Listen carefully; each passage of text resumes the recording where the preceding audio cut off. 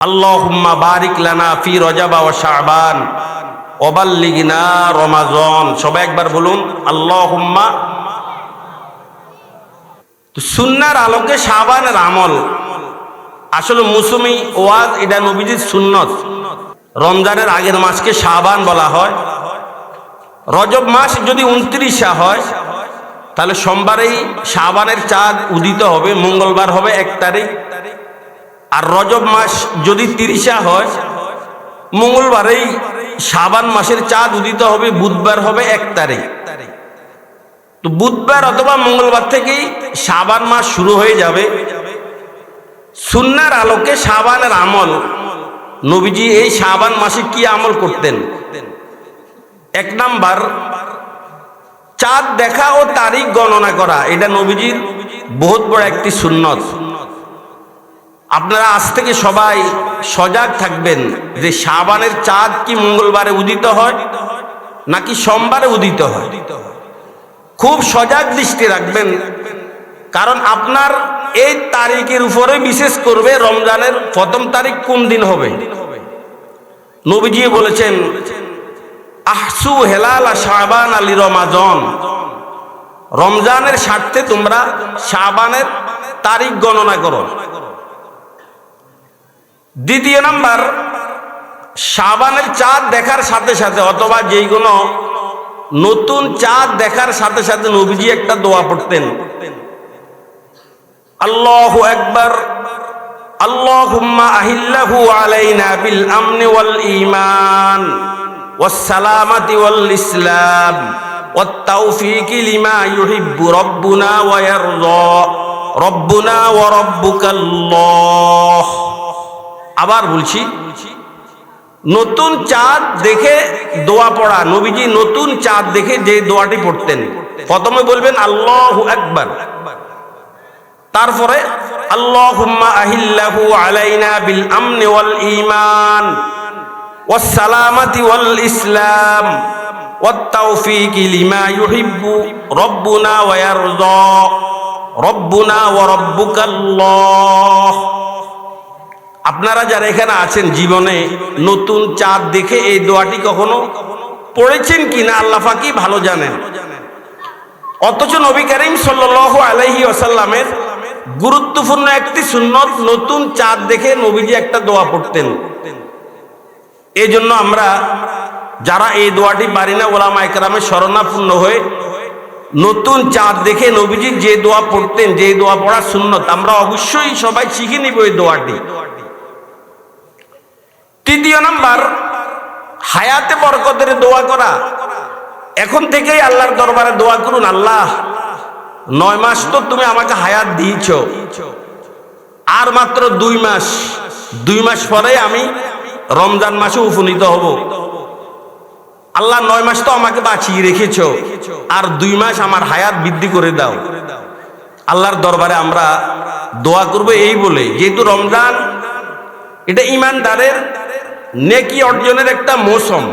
রমজান মাস ইমানদারের নেকি অর্জনের একটা, প্রত্যেকটি ব্যবসায়ীর ব্যবসার একটা মৌসুম থাকে, আর ইমানদারের নেকি অর্জনের মৌসুম হচ্ছে রমজান মাস, 170 মাস।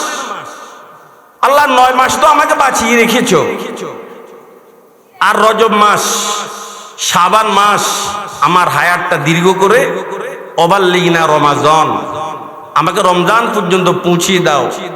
আল্লাহর দরবারে এই বলে সব সময় দোয়া করবেন, হায়াতে বরকতের দোয়া করবেন। 4 নাম্বার, এই শাবান মাসে অধিক পরিমাণে সাধ্যানুযায়ী নফল রোজা রাখবেন। নবী করিম সাল্লাল্লাহু আলাইহি ওয়াসাল্লামের ব্যাপারে হযরত আয়েশা রাদিয়াল্লাহু তাআলা আনহা থেকে বর্ণিত, মা রাআইতু রাসূলুল্লাহি সাল্লাল্লাহু আলাইহি ওয়াসাল্লামা ইস্তাকমালা সিয়ামা শাহরিন কত্তু ইল্লা রমাজান ওয়া মা রাআইতুহু ফি শাহরিন আকসারা মিনহু সিয়ামান ফি শাবান। হযরত আয়েশা রাদিয়াল্লাহু তাআলা আনহা বলেন, রমজান ছাড়া আমি নবীকে পূর্ণ কোনো মাস রোজা রাখতে দেখিনি, আর শাবানের মতো অধিক রোজা রাখতে অন্য কোনো মাসে আমি নবীজিকে দেখিনি। শাবান মাসে নবীজি লাগাতার রোজা রাখতেন। তবে লাগাতার রোজা রাখতে গিয়ে পুরো মাস রোজা রাখা যাবে না। 28 তারিখ থেকে শাবান মাসের রোজা রাখা নিষেধ। 28 তারিখ থেকে, অর্থাৎ একদম প্রথম থেকে 27 তারিখ পর্যন্ত নবীজি কি রাখতেন? শাবান মাসে রোজা রাখতেন। মেশকাত শরীফের ব্যাখ্যা গ্রন্থ মাজায়ের হক, তার রচয়িতার নাম আল্লামা কুতুবউদ্দিন দেহলভী রাহিমাহুল্লাহ। উনি বলেছেন, রমজানের রোজা ছাড়াও পুরো বছরে 51টি রোজা রাখা সুন্নত মুস্তাহাব। রমজানের রোজা ছাড়াও পুরো বছরে 51টি রোজা রাখা মুস্তাহাব বা সুন্নত। হিসাবটা কিভাবে মিলাবেন? নবীজি প্রতি চান্দ্র মাসের 13, 14, 15 এই 3 দিন রোজা রাখতেন। এই 3 দিনকে হাদিসের ভাষায় আইয়ামে 20 বলা হয়। তো 11 মাসে যদি প্রতি মাসে 3টি করি হয় তাহলে 3, 11, 33। রমজান মাস পরে আসে শাওয়াল মাস। শাওয়াল মাসে 6টি রোজা রাখা নবীজির সুন্নত। 33 আর 6 39। জিলহজ মাস, আমাদের দেশে আমরা যখন কোরবানি করি, কোরবানির মাসকে জিলহজ মাস বলা হয়। একদম কোরবানির আগের দিন পর্যন্ত 9 দিন জিলহজ মাসের 9টা রোজা রাখা, এটা নবীজির সুন্নত। 39 আর 9 কত হয়? 48। মুহররমের 2টো রোজা, মুহররম মাসের 9 তারিখ, 10 তারিখ অথবা 10 তারিখ, 11 তারিখ, এ হলো 50টি।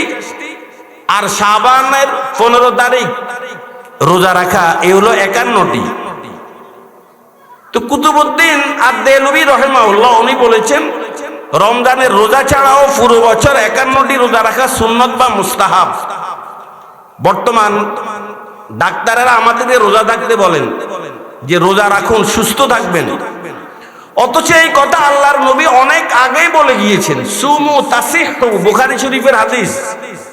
হে আমার উম্মতেরা, তোমরা রোজা রাখো, সুস্থ থাকবে। নবীজি অনেক আগে বলে গিয়েছেন।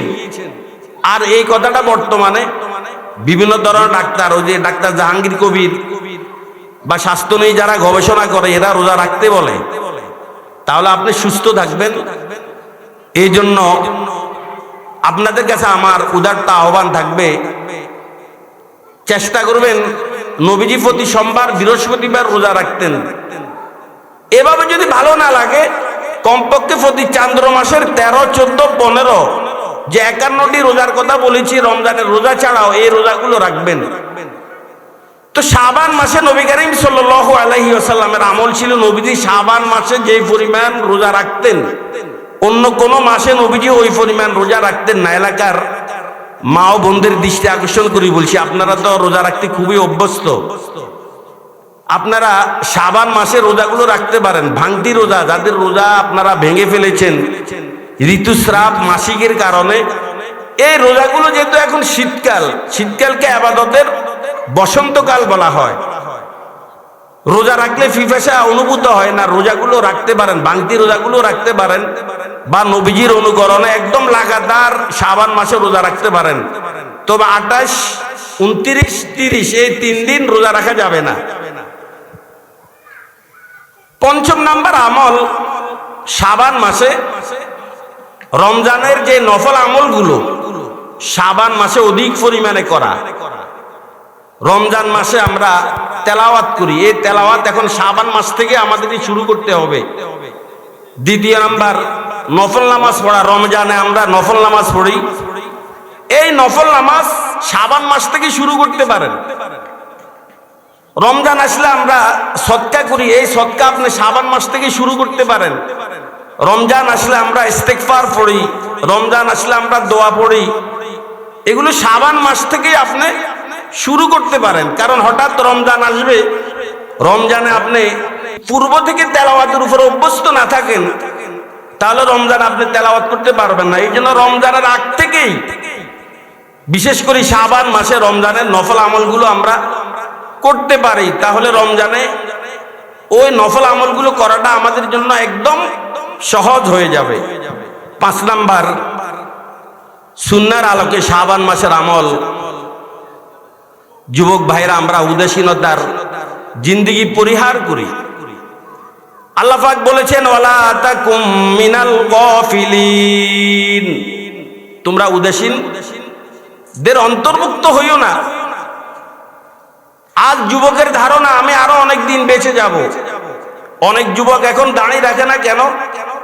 আমি যখন বুড়ো হব তখন দাঁড়িয়ে রাখবো। যুবক ভাই, আপনি যে বুড়ো হবেন, এই মেসেজটা কি আপনার কাছে এসেছে যে আপনি বুড়ো হবেন?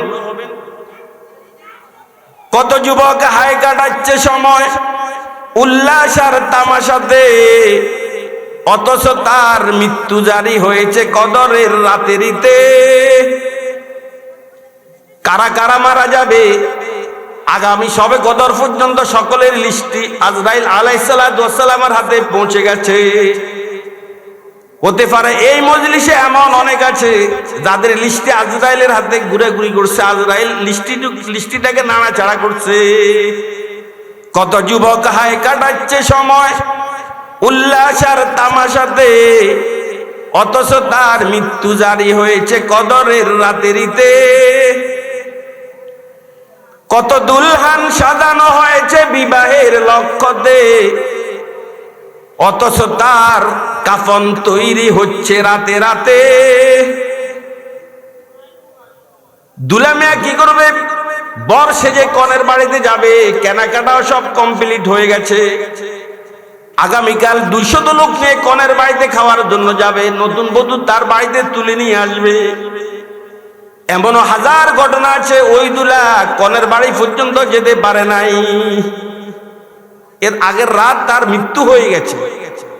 কত দুলহান সাজানো হয়েছে বিবাহের লক্ষ্যতে, অথচ তার কাফন তৈরি হচ্ছে রাতে রাতে। কত ছোট জন আশা করে থাকে অনেক বড় হবার।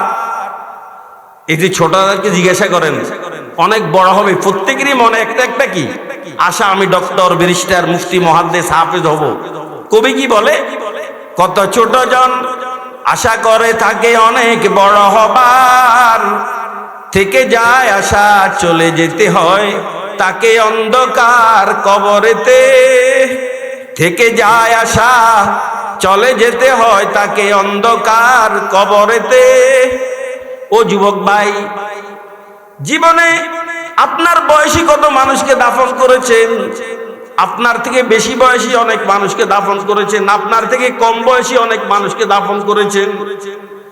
যাদেরকে দাফন করা হয়েছে তারা কবরে কোন অবস্থায় আছে আজ পর্যন্ত তাদের খবরটুকু পর্যন্ত আমরা জানলাম না, তারাও আমার খবরটুকু পর্যন্ত জানলো না আমি কোন অবস্থায় আছি।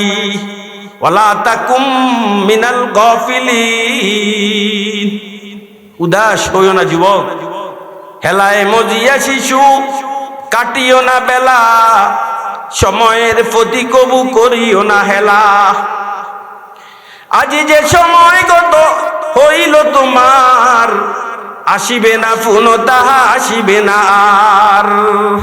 তাই বলে বৃথাকাল করিও না ক্ষয়, আপনার কাজ কর থাকিতে সময়, আপনার কাজ কর থাকিতে সময়। যুবক ভাই, কখন আমার সিরিয়াল এসে যাবে? জন্মের সিরিয়াল আছে, মৃত্যুর কোন সিরিয়াল নেই। দুনিয়াতে আগে আমার দাদা এসেছে, তারপরে দাদা এসেছে, তারপর আব্বা এসেছে, তারপরে আমি এসেছি। জন্মের সিরিয়াল আছে, মৃত্যুর কোনো সিরিয়াল নেই। এমন হতে পারে বুড়ো দাদা ঘরে বসে আছে, দাদার সামনে নাতি মৃত্যুবরণ করে, বুড়ো বাপ ঘরে বসে আছে, বুক ভরা আশা আমি মরে গেলে আমার ছেলে খাটে তুলে আমাকে কবরে নিয়ে যাবে। ভাগ্যের নির্মম পরিহাস, এই বুড়ো বাপ অনেক সময় ছেলের জানাজার খাটিয়া কাঁধে নিয়ে কবরে চোখ থেকে পানি ছাড়তে ছাড়তে যায় আর বলে, আহ আমার বুঝি কপাল খারাপ, যেখানে ছেলে আমাকে মাটি দিত আর ওখানে উল্টো আমি ছেলেকে মাটি দিচ্ছি। জন্মে সিরিয়াল আছে মৃত্যুর।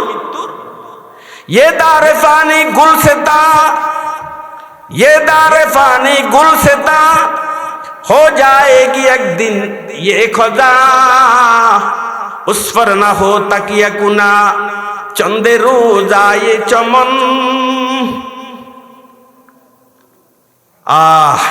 ये दारे फानी गुलसिता, हो जाएगी एक दिन ये खुदा, उस पर ना हो तकिया कुना चंदे रोजाए चमन दर हुब्बे मालो फरजन गश्ती मुकैयद बन राहे नजात खुदरा अक्सर नाजुस्तियाए दिल ये तुम्हारा माल दौलत ये तेरा शाही महल या तो उसको छोड़ देगा या तुझे छोड़ेगा वो। ও যুবক ভাই, একে একে কিয়ামতের যতগুলো আলামত সব প্রকাশ হয়ে যাচ্ছে। কিয়ামতের ছোট ছোট যত আলামত একটাও বাকি নাই, সবগুলো প্রকাশ পেয়ে গেছে। কিয়ামতের যতগুলো বড় আলামত তার মধ্যে অধিকাংশ প্রকাশ পেয়ে গেছে। হযরত জিবরিল আমিন আলাইহিস সালাতু ওয়াস সালাম নবীর কাছে আসার পর নবীজি জিজ্ঞেস করলেন, ও জিবরিল, আমি তো চলে যাচ্ছি, আমার মৃত্যুর পরে দুনিয়াতে আর কয়বার আসবে? জিবরিল বললেন, ইয়া রাসূলুল্লাহ, আরো 10 বার আসবে। কয়বার? জিবরিল দুনিয়াতে কয়বার আসবে? কেন রে জিবরিল? কয়, হুজুর 10 বার এসে 10টা জিনিস আমি তুলে নিয়ে যাব। যে জিবরিলে ফুরসি দে হযরত সুকুন কে খাহি ফেরু আয়া দজ বাদে মান না খুস্তে জমি বর কাতশরা বরম। 1 নাম্বার, হুজুর জমিনের বরকত তুলে নিয়ে যাব। দিগর বারে খয়রে ইবাদত বরম, দ্বিতীয়ত জমিনের ইবাদত আমি তুলে নিয়ে যাব। সুয়াম আসে নাই যে খলকে খোদা, তৃতীয়তে আমি মানুষদের থেকে আল্লাহর পরিচয় তুলে নিয়ে যাব। চাহারম হায়া রাবরম আজনিসা, চতুর্থতে এসে আমি নারীদের লজ্জা শরম তুলে নিয়ে যাব। বফঞ্জম আদালত বোরাম আর শাহা, পঞ্চমে রাজা বাচ্চা রাষ্ট্রপ্রধানদের থেকে ন্যায় বিচার তুলে নিয়ে যাব। ষষ্ঠম বাজে সবর আসে দিলে সবেরা, ষষ্ঠতে আমি ধৈর্যশীলদের অন্তর থেকে ধৈর্য তুলে নিয়ে যাব। বহাপ্তম বোরাম হিম্মতে আগ্নিয়া, সপ্তমে আমি ধনীদের সাহস তুলে নিয়ে যাব। বহাস্তম বোরাম হিম্মতে আলেমা, 8ম নাম্বার, আমি আলেমদের সাহস তুলে নিয়ে যাব। আলেমরা মিম্বর থেকে কখনো হক কথা বলবে না। নাহুম বারে কোরআন দিলে করিয়া, নবমে আমি কোরআন তুলে নিয়ে যাব।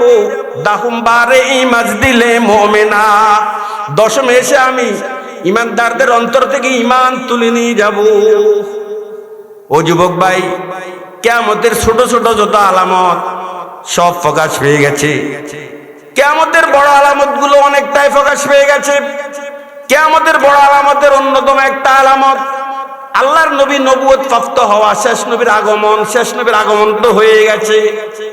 কিয়ামতের অন্যতম একটি আলামত চন্দ্র দ্বিখণ্ডিত হইয়া পাহাড়ের দুই পাশে পড়ে যাবে। ওয়াকতারাবাতিস সাআতু ওয়ানশাক্কাল কমার। আল্লাহ পাক বলেছেন কিয়ামতের আলামত গুলো একে একে প্রকাশ পেয়ে যাচ্ছে। একদম কিয়ামতের ধার প্রান্তে এসে আমরা পৌঁছেছি। আল্লাহ রাব্বুল আলামিন বলেন, ইকতারাবা লিন-নাসি হিসাবুহুম ওয়া হুম ফী গাফলাতিন মুরিদুন। মানুষের কাছ থেকে হিসাব নিকাশের সময় অর্থাৎ কিয়ামতের দিন ঘনিয়ে এসে গেছে, অথচ তারা উদাসীন।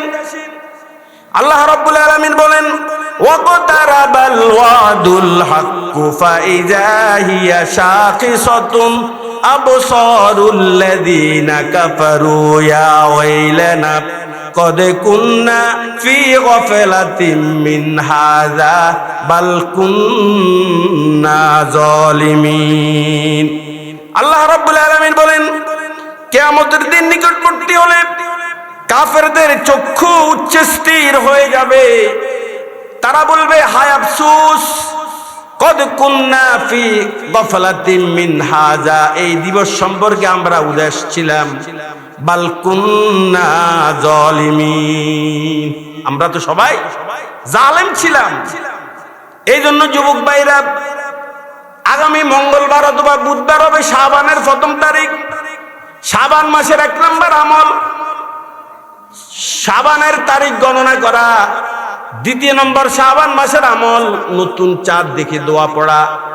তৃতীয় নাম্বার, হায়াতে বরকতের দোয়া বলা, এই বলে দোয়া করবেন, আল্লাহুম্মা বারিক লানা ফি রজব ওয়া শাবান ওয়া বাল্লিগনা রমাদান। চতুর্থ নাম্বার, শাবান মাসের আমল। এই শাবান মাসে নবীজি অধিক পরিমাণে রোজা রাখতেন। নবীজির অনুসরণে শাবান মাসে আমরাও অধিক পরিমাণে রোজা রাখবো। 5 নাম্বার, রমজানের নফল আমলগুলো এই শাবান মাসে বেশি বেশি করবেন, যেমন কোরআন তেলাওয়াত, নফল নামাজ, দুরূদ, তাসবিহ, দোয়া এবং সদকা বেশি বেশি করব। 6 নাম্বার, উদাসীনতার জীবন আমরা পরিহার করব। 7 নাম্বার, অষ্টম আর 28 তারিখ থেকে একদম শেষ পর্যন্ত আর শাবান মাসে কোনো রোজা রাখা যাবে না। শাবান মাসের গুরুত্বপূর্ণ একটা রজনী, যেটাকে শবে বরাত বলা হয়, যেটাকে শবে বরাত বলা হয়। আল্লাহ রাব্বুল আলামিন উম্মত মুহাম্মদিয়াকে মেহেরবানি করে বরকতময় কিছু রজনী দান করেছেন। তার মধ্যে অন্যতম হচ্ছে শাবান মাস, অন্যতম রজনী হচ্ছে শবে বরাত। হাদিসের ভাষায় শবে বরাতকে বলা হয় লাইলাতুন নিসফি মিন শাবান। শাবান মাসের 14 তারিখ দিবাগত রাতকেই শবে বরাত বলা হয়। হাদিসের ভাষায় বলা হয় লাইলাতুন নিসফি মিন শাবান। এই শাবান মাসের অনেক ফজিলতের কথা হাদিসে এসেছে। শবে বরাতের অনেক ফজিলতের কথা হাদিসে এসেছে। ক্বালা রাসূলুল্লাহি সাল্লাল্লাহু আলাইহি ওয়াসাল্লামা ইযা কানাত লাইলাতুন নিসফি মিন শাবান ফাকুমু লাইলাহা ওয়া সুমু নাহারাহা ফাইন্নাল্লাহা ইয়ানজিলু ফিহা লিগুরুবিশ শামসি ইলা সামাইদ দুনিয়া ফায়াকুল আলা মিন মুস্তারজিকিন ফারজুকা আলা মিন মুস্তাগফিরিন ফাগফিরালা আলা মুস্তারজিকুন ফারজুকা আলা মুবতালান ফাউআফিয়া আলা মুবতালান ফাউআফিয়া আলা হাকাযা হাত্তা ইয়াতলুআল ফাজর। জনাব রাসূলুল্লাহ সাল্লাল্লাহু আলাইহি ওয়াসাল্লাম বলেছেন, হে আমার উম্মতেরা, যখন তোমরা শবে বরাত পাবে, ফাকুমু লাইলাহা, শবে বরাতে রাত জাগিয়ে তোমরা ইবাদত করবে, ওয়াসুমু নাহারাহা, 15 শাবান তোমরা রোজা রাখবে। ইবাদত কেন করবে? ফাইন্নাল্লাহা ইয়ানজিলু ফিহা লিগুরুবিশ শামসি ইলা সামাইদ দুনিয়া। শাবানের 14 তারিখ দিবাগত রাত অর্থাৎ শবে বরাতে আল্লাহ রাব্বুল আলামিন একদম আমাদের নিকটতম আকাশ অর্থাৎ সামাই দুনিয়াতে এসে ঘোষণা দিতে থাকেন, আলা মিন মুস্তাগফিরিন ফাগফিরালা, আছো কোন ক্ষমা প্রার্থী আমার কাছে ক্ষমা চাও, ফাগফিরালা, আমি ক্ষমা করে দিব। আলা মুস্তারজিকুন ফারজুকা, আসো কোন মানুষ রিজিকের অভাব অনটনে আমার কাছে রিজিক চাও, ফারজুকা, আমি তাকে রিজিক দিব। আলা মুবতালান ফাউআফিয়া, কোন বিপদগ্রস্ত কেউ আছো কিনা আমার কাছে দোয়া করো, আমি তোমাদেরকে বিপদ থেকে মুক্তি দান করব। এই শাবান মাসের 14 তারিখ দিবাগত রাত নবীজি এভাবে আমাদেরকে আমল করার জন্য বলেছেন। ফেয়ারা হাজিরিন, সুন্নাহর আলোকে শাবান মাসের 14 তারিখ অর্থাৎ শবে বরাতের আমল, শবে বরাত আমরা যদি পেয়ে যাই আমরা কি আমল করব? একটা কথা মনে রাখবেন, শবে বরাতের কোনো আমল কিন্তু ফরজ নয়। শবে বরাতের সকল আমল হচ্ছে নফল। এই জন্য শবে বরাতে যে কোনো নফল আমল আপনারা করতে পারেন। তারপরে মুফতি শফি রহিমাহুল্লাহ শবে বরাত পুস্তিকায় কয়েকটি আমলের কথা বলেছেন। আল্লাহ যদি আপনাদেরকে হায়াতে বাঁচিয়ে রাখেন, শবে বরাত পেয়ে যান, এই শবে বরাতে আমলগুলো করবেন। অনেকে আমাদেরকে জিজ্ঞাসাও করে যে শবে বরাতে আমরা কি আমল করব? তো মুফতি শফি রহিমাহুল্লাহ 1 নাম্বার আমলের কথা বলেছেন, শবে বরাতে আমরা নফল নামাজ পড়ব। নফল নামাজ, সলাতুত তওবা, সলাতুল হাজাত, সলাতুত তাসবিহ, যেই কোনো নামাজ আপনি পড়তে পারেন। তবে হাদিস শরীফের একটা নামাজের কথা এসেছে, সলাতুত তাসবিহ, অত্যন্ত ফজিলতপূর্ণ একটা নামাজ সলাতুত তাসবিহ। জনাব রাসূলুল্লাহ সাল্লাল্লাহু আলাইহি ওয়াসাল্লাম উনার চাচা হযরত আব্বাস রাদিয়াল্লাহু তাআলা আনহু বললেন, ও আমার চাচা, আমি আপনাকে একটা নামাজের কথা বলবো, যে নামাজকে সলাতুত তাসবিহ বলা হয়। যদি আপনার পক্ষে সম্ভব হয় এই নামাজটা দৈনিক একবার পড়বেন, তাও যদি সম্ভব না হয় সপ্তাহে এই নামাজটা একবার পড়বেন, তাও যদি সম্ভব না হয় প্রতি মাসে একবার এই নামাজটা পড়বেন, তাও যদি সম্ভব না হয় বছরে একবার এই নামাজটা পড়বেন, তাও যদি সম্ভব না হয় ও চাচা সারা জীবনে একবার হলেও এই নামাজটা পড়বেন। এই নামাজকে বলা হয় সলাতুত তাসবিহ। কেন পড়বেন ও চাচা? নবীজি বলেছেন, আমার কোন উম্মত যদি এই সলাতুত তাসবিহ একবার সহি শুদ্ধভাবে পড়ে, আল্লাহ রাব্বুল আলামিন তার নতুন গুনাহ, পুরাতন গুনাহ, যত ধরনের গুনাহ আছে, কদিমাহু হাদিসাহু, জানা অজানা সকল গুনাহ মাফ করে দিবেন। অনেকে জিজ্ঞাসা করে, হুজুর সলাতুত তাসবিহ কিভাবে পড়বে? এলাকার মা ও বোনদের দৃষ্টি আকর্ষণ করে বলছি, আমার অনেক মা সলাতুত তাসবিহ পড়তে আগ্রহী কিন্তু নিয়ম জানে না। আপনারাও যারা আছেন এই নামাজটা শবে বরাত যদি আপনারা পেয়ে যান, এদিক সেদিক দৌড়াদৌড়ি আড্ডাবাজি না করে, ফটকাবাজি ইত্যাদি না করে, মসজিদের এক কর্নারে দাঁড়িয়ে অথবা ঘরের এক কর্নারে নির্জনতায় গিয়ে এই নামাজটা কমপক্ষে একবার পড়বেন। এই নামাজকে বলা হয় সলাতুত তাসবিহ। কি বলা হয়? 4 রাকাত বিশিষ্ট একটা নামাজ সলাতুত তাসবিহ।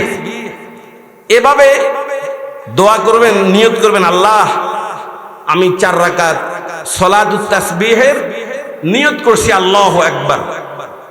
নিয়ত বাঁধার পরে সানা পড়বেন, সুবহানাকাল্লাহুম্মা ওয়া বিহামদিকা ওয়া তাবারাকা ইসমুকা ওয়া তাআলা জাদ্দুকা ওয়া লা ইলাহা গায়রুক। সানা পড়ার পর 15 বার পড়বেন, সুবহানাল্লাহ ওয়ালহামদুলিল্লাহ ওয়া লা ইলাহা ইল্লাল্লাহু আল্লাহু আকবার। বলেন তো আমার সাথে একবার, সুবহানাল্লাহ ওয়ালহামদুলিল্লাহ ওয়া লা ইলাহা ইল্লাল্লাহু আল্লাহু আকবার।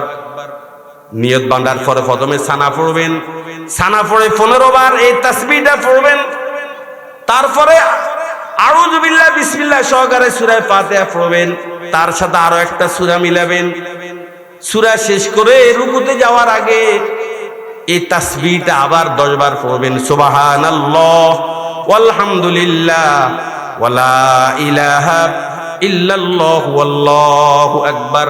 10 আর 15 25। তারপরে রুকুতে যাবেন, রুকুর তাসবিহ শেষ করার পর এই তাসবিহটা আবার 10 বার পড়বেন, সুবহানাল্লাহ ওয়ালহামদুলিল্লাহ ওয়া লা ইলাহা ইল্লাল্লাহু আল্লাহু আকবার। 35। রুকু থেকে দাঁড়িয়ে আবার 10 বার পড়বেন, সুবহানাল্লাহ ওয়ালহামদুলিল্লাহ ওয়া লা ইলাহা ইল্লাল্লাহু আল্লাহু আকবার। প্রথম সিজদায় যখন যাবেন, সিজদার তাসবিহ শেষ করে আবার 10 বার পড়বেন, সুবহানাল্লাহ ওয়ালহামদুলিল্লাহ ওয়া লা ইলাহা ইল্লাল্লাহু আল্লাহু আকবার। সিজদা থেকে বসে আবার 10 বার পড়বেন। দ্বিতীয় সিজদায় যখন যাবেন, সিজদার তাসবিহ পড়ার পর আবার 10 বার, এই হলো 75 বার। প্রতি রাকাতে হবে 75। বলেন প্রতি রাকাতে। দ্বিতীয় রাকাতে যখন দাঁড়াবেন, যেহেতু সানা নেই, দ্বিতীয় রাকাতে দাঁড়িয়েই আবার 15 বার পড়ে নেবেন। বাকি এই নিয়ম অনুযায়ী প্রতি রাকাতে 75 বার, 4 75 300। এই 4 রাকাতে 300 বার এই তাসবিহটা পড়া হয় বিদায় এই নামাজকে সলাতুত তাসবিহ বলা হয়। মনে রাখবেন, এই তাসবিহকে আঙ্গুলের কর দিয়ে গোনা যাবে না, বা পকেটেতে তাসবিহ বের করে গনে এটা পড়তে পারবে না, এটা জায়েজ নেই। তো কিভাবে পড়বেন? খুব একাগ্রতার সাথে, মনোযোগের সাথে যেভাবে আপনি গুনতে পারেন ওইভাবে গুনে 4 রাকাতে এই 300 বার তাসবিহটা পড়বেন। আল্লাহ রাব্বুল আলামিন আপনার জীবনের যাবতীয় গুনাহ মাফ করে দিবেন। শবে বরাতের 1 নাম্বার আমলের কথা বলেছি, সলাতুত তাসবিহ। দ্বিতীয় নাম্বার, যা পারেন 2 রাকাত অথবা 4 রাকাত বিশিষ্ট নফল নামাজ পড়বেন। কত রাকাত যা মনে চায় তা পড়বেন। এই নামাজের কোনো সূরা নির্দিষ্ট নেই। মহিলারা অনেক সময় বিভিন্ন সূরার কথা বলে, অমুক সূরা 8 বার, অমুক সূরা 10 বার, এটা একদম ভিত্তিহীন। যে কোনো সূরা পারেন, 2 রাকাত বিশিষ্ট নফল নামাজ অথবা 4 রাকাত বিশিষ্ট নফল নামাজ, 20 রাকাত, 30 রাকাত, 50 রাকাত এভাবে পড়তেই থাকবেন। তৃতীয় নাম্বার আমল, যারা পারেন কোরআনে কারীম তেলাওয়াত করবেন, 1 পারা পারেন, 2 পারা পারেন।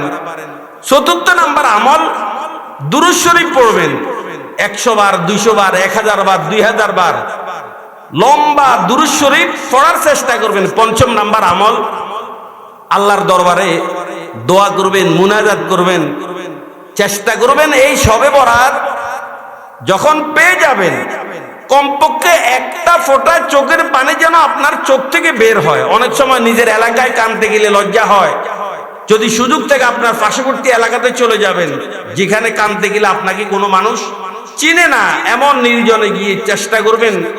রাত্রের অগ্রভাগে মুনাজাত ধরেছেন, কান্না আসে না, নৈরাশ হওয়ার কিছুই নেই। বাসায় গিয়ে একটু চা খাবেন, একটু ব্যায়াম করে আবার 2 রাকাত 4 রাকাত নফল নামাজ পড়বেন, দুরূদ তাসবিহ ইস্তিগফার পড়ে আবার মুনাজাত করার চেষ্টা করবেন। এখনো পানি আসে নাই, নৈরাশ হবেন না। আবার শেষ রাত আবার আল্লাহর দরবারে একবার চেষ্টা করবেন, কমপক্ষে 1 ফোঁটা চোখের পানি যেন আপনি বের করতে পারেন।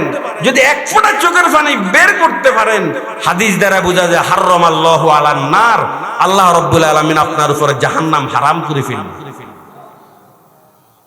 পঞ্চম নাম্বার আমল, যদি পারেন কবরের জিয়ারত করবেন, কবরের জিয়ারত। তবে কবরের জিয়ারত এটা শবে বরাতের জন্য নির্দিষ্ট কোনো আমল না।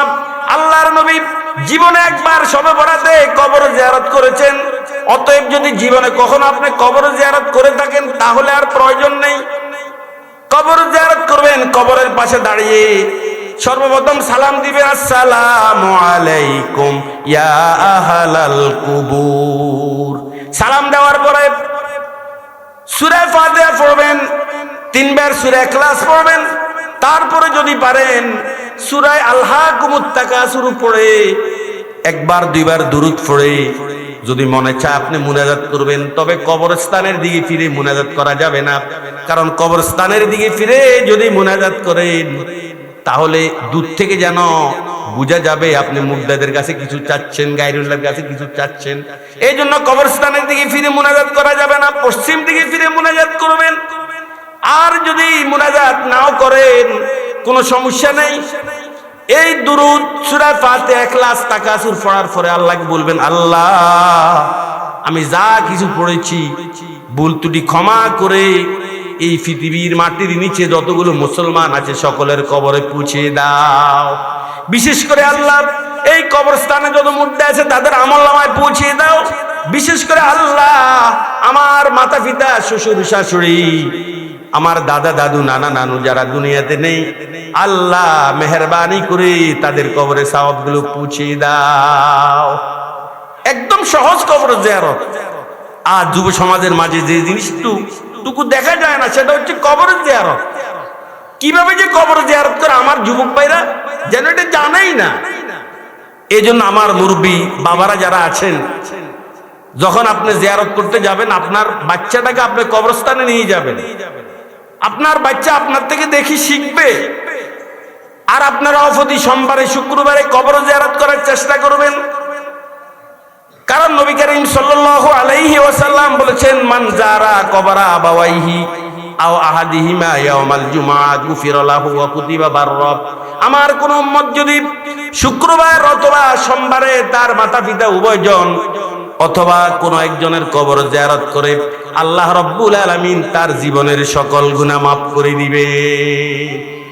এই জন্য যুবক ভাইয়েরা, মুরব্বী বাবারা আর ভাইয়ারা, আমরা এভাবে সোমবার শুক্রবার কবর জিয়ারত করার জন্য চেষ্টা করব। এলাকার মা ও বোনেরা, আপনারাও যদি মুর্দাদের কবরে সওয়াব পাঠাতে চান, কবরস্থানের পাশে আসা আপনাদের জন্য নিষেধ। নবীজি বলেছেন, যে সমস্ত মহিলারা কবরস্থানের পাশে এসে দোয়া করে উদুর উপরে ফেরেশতাদের লানত। এই জন্য মা আপনি কবরের কাছে আসতে পারবেন না, তাহলে সওয়াব কিভাবে পৌঁছাবেন? ও মা, যখনই আপনার মুর্দাদের কথা স্মরণ হবে, আপনি আপনার অবস্থানেই বসে ঘরে বসে সূরা ফাতিহা, সূরা ইখলাস আরো যা পারেন সবগুলো পড়ে এভাবে ফ্লাক্সি লোড করবেন মুর্দাদের কবরে। আল্লাহ আমি যা কিছু পড়েছি আমার যত মুদ্দা আছে সকলের আমলনামায় সওয়াবগুলো পৌঁছে দাও। আপনি এভাবে পাঠানোর দেরি, আপনার মুদ্দাদের কবরে সওয়াবগুলো আসতে দেরি হবে না। মা আপনি ঘর থেকে বসেও কবরে সওয়াব পাঠাতে পারবেন। ও যুবক ভাই তুমি বিদেশ থাকো, ও যুবক ভাই তুমি ঢাকা থাকো, তোমার মায়ের কথা স্মরণ পড়ে, যদি বাপের কথা স্মরণ পড়ে, নোয়াখালীতে আসা লাগবে না, ঢাকাতেই তোমার কর্মস্থলে বসেই তুমি সূরা ফাতিহা, সূরা ইখলাস, সূরা তাকাসুর, আরো যা পারো ইয়াসিন সূরা পড়ে ওখানে বসেই সওয়াবটা ফ্লাক্সি করবে এই বলে এভাবে, আল্লাহ আমি যা পড়েছি আমার মুদ্দাদের আমলনামায় পৌঁছায় দাও। আর যখন বাড়িতে আসবে বিভিন্ন ঈদে সান্দে একদম কবরের পাশে আসবে, মুদ্দাদের চেহারাকে সামনে রেখে, অর্থাৎ আপনি পশ্চিম পাশে দাঁড়াবেন, যেহেতু আপনার আব্বু আপনার আম্মুর কবর দেওয়ার সময় ওদের চেহারা রেখেছেন পশ্চিম দিকে, এর জন্য আপনি পশ্চিম দিকে দাঁড়াবেন, পূর্ব দিকে ফিরে, ওরা আপনাকে দেখবে। মাঝে মাঝে কবরস্থানের পাশে আসবেন, মুনাজাত করবেন, কবর জিয়ারত করবেন। এই শবে বরাতেও যদি পারেন আপনারা আপনাদের মুদ্দাদের কবর জিয়ারত করবেন। শবে বরাতের গুরুত্বপূর্ণ আমল, শবে বরাতের পরের দিন অর্থাৎ 15 শাবান সবাই রোজা রাখবেন। 15 শাবান সকলে কি রাখবেন বলেন? রোজা রাখবেন। এই কয়েকটি আমলের কথা বলেছি সুন্নাহর আলোকে, শবে বরাতের আমল। আল্লাহ, ও যুবক ভাই, আল্লাহর দরবারে তওবা করুন, আল্লাহর দরবারে দোয়া করুন। এই দরবার ছাড়া কি আর কোনো দরবার আছে আমাদের? সবাই বলেন, এই দরবার ছাড়া কি কোনো দরবার আছে? শাইখুল হাদিস আল্লামা জাকারিয়া রহমতুল্লাহ আলাইহি ঘটনা লিখেছেন, একজন বুড়ো মানুষ হজ করার জন্য গিয়ে যখন তাওয়াফ করতেছে তখন পড়তেছে লাব্বাইক, মানে আল্লাহ আমি হাজির হয়েছি, আমার হজ তুমি কবুল করুন। এই বুড়ো লোকটা বলে লাব্বাইক, আর উপর থেকে আওয়াজ আসে লা লাব্বাইক। বুড়ো লোকের সাথে একজন যুবক ছিল, যুবক বলতেছে, দাদা আপনি যে লাব্বাইক বলেন, উপর থেকে একটা আওয়াজ আমি নিজ কানে শুনি, আওয়াজ আসে লা লাব্বাইক, মানে তোমার হজ আমি কি কবুল করি নাই। ও তুমি শুনেছো? হ্যাঁ আমি শুনেছি। তো দাদা বলে, তো আমিও তো শুনি। তুমি যে শুনেছো তা না, আমিও তো কি, আমি লাব্বাইক বলি, মানে আল্লাহ আমি এসেছি, আমার হজ কবুল করুন, কিন্তু উপরের থেকে আওয়াজ আসে লা লাব্বাইক, তোমার হজ আমি কবুল। এটা যে শুধু তুমি শুনো তা নয়, এটা আমিও শুনি। তো যুবক বলছে, তাহলে দাদা আপনি যখন শুনেন তা আসেন কেন? তো কেন লাব্বাইক বলেন? বাবা আর যাবো কোথায় তুমি বলো? এরে হজ কবুল করলেও দরবার এটা, হজ কবুল না করলেও এই দরবার, তাওয়াফ করতে হলে এই দরবারে করতে হবে, মুনাজাত কবুল হইলেও এই দরবার, কবুল না করলেও দরবার। এটা নাকি আর কোন দরবার আছে? তারপরে দাদা বললেন, তুমি তো আজকে শুনেছ আমি 70 বছর এভাবে হজ করার জন্য আসি, যখনই লাব্বাইক বলি উপর থেকে আওয়াজ আসে লা লাব্বাইক, তোমার হজ আমি কবুল করি নাই, কিন্তু আমি যাব কোথায়? এই জন্য আমার কাজ হলো হজ করা, কবুল না করা এটা কার কাজ? আমি হজ করতেই থাকবো, কবুল করা না করা এটা আল্লাহর কাজ। হঠাৎ গায়েবী আওয়াজ এসে গেল, আল্লাহ পাক যেন বললেন, ও বুড়ো তোমার এই কথাটুকু আমার এই পরিমাণ পছন্দ হয়েছে, যাও আমি তোমার 70 বছরের হজ একসাথে কবুল করে নিলাম। আর যাবেন কই? দরবার তো কি, এটাই তো। এই জন্য যুবক ভাইয়েরা, গুনাহ আমাদের অনেক হয়ে গেছে, এই শবে বরাত গুনাহ মাফ করার জন্য বিশাল একটা অফার সুযোগ এসে গেছে। আল্লাহর দরবারে তওবা করুন। কেন তওবা করবেন যুবক ভাইরা? আপনারা জানেন, বান্দা যখন গুনাহ করে 4টি জিনিস বান্দার গুনার উপর সাক্ষী হয়ে যায়। কয়টা জিনিস কথা বলেন? সবাই আওয়াজ দিয়ে বলেন, কয়টা জিনিস? মানুষ যখন গুনাহ করে 4টি জিনিস বান্দার গুনাহের উপর সাক্ষী হয়ে যায়।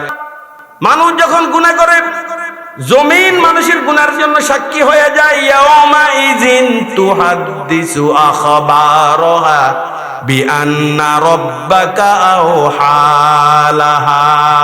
কিয়ামতের দিন জমিন তার বৃত্তান্ত বর্ণনা করবে। মানুষ যখন গুনাহ করে প্রথম সাক্ষী হচ্ছে জমিন, দ্বিতীয় নম্বর সাক্ষী কিরামান কাতিবিন। ও যুবক, তুমি যত নির্জনে বসে গুনাহ করো না কেন, ও যুবক রমজান মাসে পানির নিচে ডুব দিয়ে তুমি পানি পান করো না কেন, ও যুবক, রমজান মাসে দোকানের জাপ ফেলে দিয়ে বন্ধ করে দিয়ে তুমি অফেন খাবার খাচ্ছ, কিন্তু কেরামান কাতিমিন এমন পাহারাদার এক মুহূর্তের জন্য তোমার সাথিত্ব কখনো ত্যাগ করে না। গুনার এক নম্বর সাক্ষী জমিন, দ্বিতীয় নম্বর সাক্ষী কেরামান কাতিবিন। আল্লাহ পাক বলেন কেরামান কাতিবিনা ইয়ালামুনা মা তাফআলুন, কেরামান কাতিবিন জানে যা তোমরা করো। তৃতীয় নম্বর সাক্ষী অঙ্গ প্রত্যঙ্গ। বলেন মানুষের গুনার সাক্ষী কে? হয় আপনি হাত দিয়ে গুনাহ করেছেন, না হয় মুখ দিয়ে গুনাহ করেছেন, না হয় পা দিয়ে গুনাহ করেছেন। গুনাহের 3 নাম্বার সাক্ষী আপনার অঙ্গ প্রত্যঙ্গ। আল্লাহ পাক কোরআনে বলেন আল-ইয়াওমা নাখতিমু আলা আফওয়াহিহিম ওয়া তুকাল্লিমুনা আইদিহিম ওয়া তাশহাদু আরজুলুহুম বিমা কানু ইয়াকসিবুন। এই অঙ্গ প্রত্যঙ্গ যখন কিয়ামতের ময়দানে আপনার বিপক্ষে সাক্ষী দেওয়া শুরু করবে, তখন ক্বালু লিজুলুদিহিম আল-ইয়াওমা নাখতিমু আলা আফওয়াহিহিম, আল্লাহ পাক বলেন আমি যখন তাদের মুখে মোহর এঁটে দিব, তুকাল্লিমুনা আইদিহিম তাদের হাত কথা বলবে, ওয়া তাশহাদু আরজুলুহুম বিমা কানু ইয়াকসিবুন তাদের পাও তাদের কর্মের উপরে সাক্ষী দিবে। হাত কথা বলবে, চোখে কথা বলবে, মুখে কথা বলবে, পাও কথা বলবে। এ বান্দা আফসোস করবে আর বলবে ক্বালু লিজুলুদিহিম লিমা শাহিদতুম আলাইনা, চামড়াকে বলবে ও চামড়া, ও ত্বক, তুই বুঝি আমার বিপক্ষে সাক্ষী দিচ্ছিস দুনিয়াতে? ও হাত, তোর কোনোদিন কথা শুনি নাই। ও পা, তোকে তো দুনিয়াতে কখনো কথা বলতে শুনি নাই, তুই এখন কিভাবে কথা বলিস? আপনার হাত বলবে ক্বালু আনতাকানাল্লাহুল্লাযী আতাকা কুল্লা শাই ওয়া হুয়া খালাকাকুম আউওয়ালা মাররা। হাত উত্তর দিবে বেটা আমার কি অপরাধ যে আল্লাহ দুনিয়াতে মুখকে বাকশক্তি দান করেছেন, সে আল্লাহ এখন হাসরের ময়দানে আমি হাতকে বাকশক্তি দান করেছে। দস্তে গোয়াদ মানচুনি দজদিদা আম, লব্ব গোয়াদ মানচুনি বসিদা আম, চশমে গোয়াদ দিদা আম সো এ হারাম, চশমে গোয়াদ দিদা আম সো এ হারাম, ঘোষে গোয়াদ চিদাম সমরুল কালাম। হাতে বলবে আল্লাহ আমার দ্বারা চুরি করেছে। দস্তে গোয়াদ মানচুনি দজদিদা আম, লব্ব গোয়াদ মানচুনি বসিদা আম। মুখ বলবে আল্লাহ এই লোক আমার দ্বারা হারাম জিনিস ভক্ষণ করেছে। চশমে গোয়াদ দিদাম সো এ হারাম, তার চোখে বলবে আল্লাহ এই লোক আমার দ্বারা হারাম জিনিসের দিকে তাকিয়েছে। গোশে গোয়াদ চিদাম সমরুল কালাম, কানে বলবে আল্লাহ এই লোক আমার দ্বারা হারাম জিনিস শ্রবণ করেছে। আপনার হাতে কথা বলবে, পাও কথা বলবে। মানুষ যখন গুনাহ করে কয়টা জিনিস সাক্ষী বলেন? 1 নাম্বার কথা বলেন, 1 নাম্বার জমিন, দ্বিতীয় নাম্বার কেরামান কাতিবিন, তৃতীয় নাম্বার কথা বলেন কে? অঙ্গ প্রত্যঙ্গ। 4 নাম্বার আপনার আমলনামা। বলেন 4 নাম্বার কি? 4 নাম্বার আপনার আমলনামা। ওয়াইদা সুহুফু নুশিরাত, কিয়ামতের দিন আপনার সামনে আপনার আমলনামা খুলে দেওয়া হবে। আর আল্লাহ পাক বলবেন ইকরা কিতাবাকা কাফা বিনাফসিকাল ইয়াউমা আলাইকা হাসিবা। ও বান্দা আজকে তোমার হিসাবের জন্য তুমিই যথেষ্ট। ইকরা কিতাবাকা কাফা বিনাফসিকাল ইয়াউমা আলাইকা হাসিবা। তোমার হিসাবের জন্য তুমি কি? সুতরাং 4টা জিনিস আমার গুনাহের উপরে সাক্ষী হয়ে গেল যুবক। এই জন্য তোবা করা লাগবে। কেন? তোবা করলে নবীজি বলেছেন ইদা তাবাল আব, বান্দা যখন গুনাহ করার পরে তোবা করে আনসাল্লাহুল হাফাজা, আল্লাহ রাব্বুল আলামিন কেরামান কাতিবিনকে বান্দার গুনাহের কথা ভুলিয়ে দেন। ওয়ানসা যালিকা জাওয়ারিহাহু ওয়া মাআলিমাহু মিনাল, তার অঙ্গ প্রত্যঙ্গকে আল্লাহ পাক ভুলিয়ে দেন। জমিনের যে অংশে বসে বান্দা গুনাহ করেছে, জমিনের ওই অংশটাকে আল্লাহ পাক ভুলিয়ে দেন। ফালাইসা আলাইহি শাহিদুম মিনাল্লাহি বিদামবিন, এই বান্দা এমন ভাবে আল্লাহর দরবারে উপস্থিত হবে গুনাহের উপর আর কোনো সাক্ষী তার জন্য বাকি থাকে না। তোবা করতে হবে যুবক। তোবা কাকে বলে? তোবার জন্য 4টি শর্ত। এই সবে বরাতে যে আমরা তোবা করব, তওবার জন্য শর্ত কয়টি বলেন? 4টি। 1 নাম্বার আইয়াকলা আনিল মাসিয়া, একদম 16 আনা গুনাহ বর্জন করতে হবে আমাকে। ঘরে টেলিভিশন রেখে আল্লাহর দরবারে তওবা করবেন। তারপরে বাদ্যযন্ত্র রেখে, বাঁশকুব রেখে আল্লাহর দরবারে তওবা করবেন, আপনার তওবা কবুল হবে না। জুলাইখা যখন হযরত ইউসুফ আলাইহিস সালাতু ওয়াস সালামকে ঘরের সকল দরওয়াজা গেট বন্ধ করে একদম নির্জনে নিয়ে বিবস্ত্র হয়ে প্রস্তাব দিয়েছে যে আপনি আপনার মনস্কামনা কি করুন, পুরা করুন। হযরত ইউসুফ আলাইহিস সালাম কি ওই জায়গায় বসে আল্লাহর দরবার তওবা করেছেন না দৌড় মারছে? সবাই বলেন। আল্লাহ যেন বুঝাতে চাচ্ছেন, ও আমার বান্দারা, গুনাহ থেকে যদি বাঁচার কোনো পথ খুঁজে না পাও, আমার ইউসুফের মতো একটাবার দৌড় মেরে দেখো, দেখবা আমার সাহায্য কিভাবে তোমার কাছে আসে। যদি তুমি দৌড় মারতে পারো, আমি আল্লাহ তোমাকে গুনাহ থেকে বাঁচার একটি পথ বের করে দিব। গুনার 1 নাম্বার শর্ত গুনাহের যাবতীয় সামান বর্জন করতে হবে। 2 নাম্বার আইয়ান্দামা আলাইহা, গুনাহের উপর লজ্জিত হওয়া। আল্লাহ তোমার দেওয়া আলো, তোমার দেওয়া বাতাস, এই সূর্য সবকিছু ভোগ করেছি, আল্লাহ তোমার নাফরমানি করেছি। আত-তাওবাতু হিয়ান নাদামা, লজ্জিত হইতে হবে আল্লাহর দরবারে। ভাই, বান্দা যখন আল্লাহর দরবারে হাত তোলে তখন আল্লাহর কাছে এই জিনিসটা এত বেশি প্রিয় হয়। আবেদিয়ত, বান্দার দুর্বলতা যখন বান্দা হাত তোলে তখন আল্লাহর সামনে বেশি প্রকাশ পায়। এই জন্য আল্লাহর দরবারে লজ্জিত হবেন। বুখারী শরীফে একটি ঘটনা আছে, চমৎকার ঘটনা। আপনারা জানেন, বনী ইসরাইলের এক লোক 99 জন মানুষকে হত্যা করেছে। কতজন মানুষকে? সবাই আওয়াজ দিয়ে বলেন, কতজন মানুষকে? এখন লজ্জিত হাইরে, এই 99 জন নিরপরাধী মানুষকে আমি হত্যা করেছি, আমার কি কোনো বাঁচার উপায় আছে? একজন আলেমের কাছে গিয়ে বলেছেন, হুজুর, 99 জন মানুষকে আমি হত্যা করেছি, আমার জন্য কি তওবার কোনো পথ খোলা আছে? ওই আলেম ছিল একদম কাঁচা আলেম, কাঁচা। আল্লাহর দরবার সম্পর্কে ওনার কোনো আইডিয়া ছিল না। 99 জন মানুষকে হত্যা করেছেন, আবার তওবা। নৈরাশ করে দিল তাকে। এই লোকটা চিন্তা করলো, আমার কপালে যেহেতু তওবা নাই, তার উনাকে রেখে লাভ কি? উনাকেও তলোয়ার বের করে শেষ করে দিয়ে 100 কোটা পূরণ করেছে। কতজন মানুষ এখন হত্যা করেছে? সবাই বলেন। কিন্তু তওবার আগুন উনার ভিতরে জ্বলছে। আমাকে তো তওবা করতে হবে। খোঁজ নিয়ে একজন আলেমের কাছে গেলেন যে, হুজুর, আমি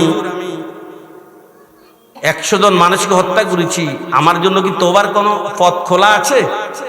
ওই আলেম ছিল একদম ফাঁকা আলেম, আল্লাহর দরবার সম্পর্কে অবগত। কারণ এটা এমন এক দরবার, যে দরবার থেকে প্রতিনিয়ত আওয়াজ আসতেছে, বাজা বাজা হর আঁচে হস্তি বাজো আ, গর কাফেরো গেবেরো বুতরুস্তি বাজে আ, ইদর গাহে বাদর, ইদর গাহে বাদর, গাহে না উম্মিদনিস, সদবার আগর তওবা শিকস্তি বাজো আ, সদবার আগর তওবা শিকস্তি বাজো আ, मायूस ना हो अहले ज़मी अपनी खता से, तकदीर भी बदल जाती है मुझतर की दुआ से, तकदीर भी बदल जाती है मुझतर की दुआ से। अल्लाह रब्बुल आलमीन बोलेन, कुल या इबादियल्लज़ीना असरफू अला अनफुसिहिम ला तक़नतू मिर रहमतिल्लाह। हे नबी, আপনি ওই সমস্ত বান্দাদেরকে বলুন যারা গুনাহ করে নিজের উপর অত্যাচার করেছে, লা তাকানাতু মির রাহমাতিল্লাহ, তারা যেন নৈরাশ না হয় আল্লাহর রহমত থেকে।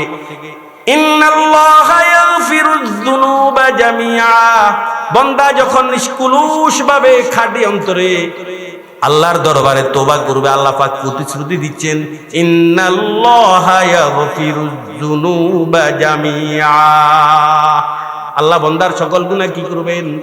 ইয়া আইয়ুহাল্লাযীনা আমানু তুবু ইলাল্লাহি তাওবাতান নাসুহা।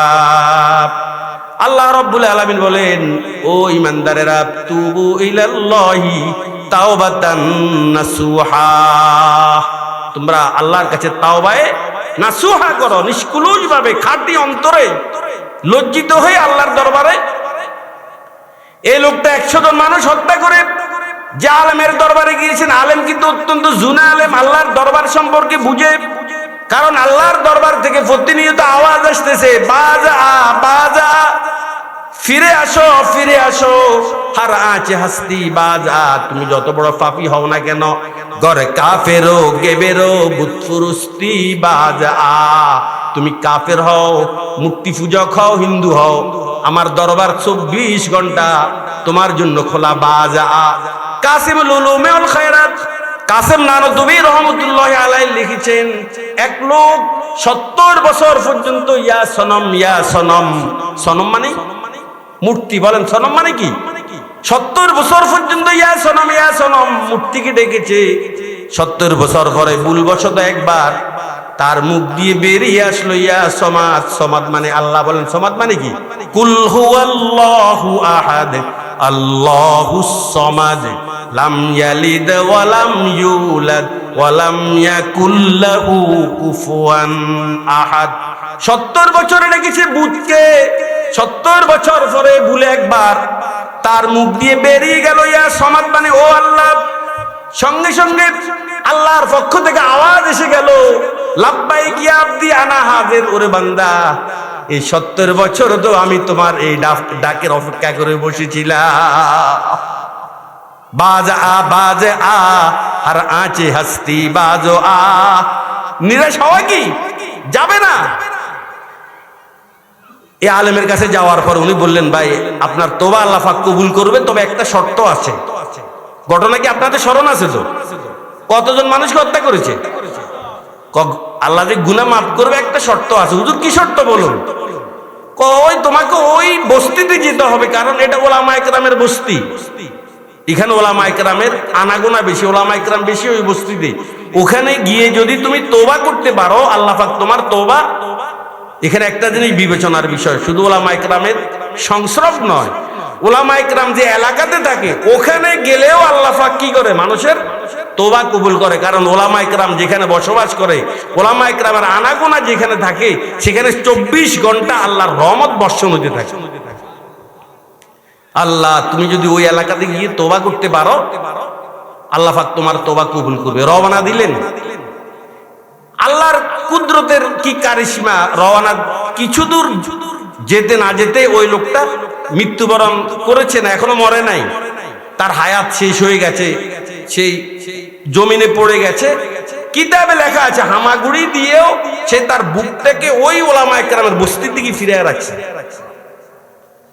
এখন জান্নাতের ফেরেশতারা আসছে, জান্নাত থেকে ওর জান নিবে, জাহান্নামের ফেরেশতারা আসছে, জাহান্নাম থেকে ওর লেগে গেল কাড়াকাড়ি।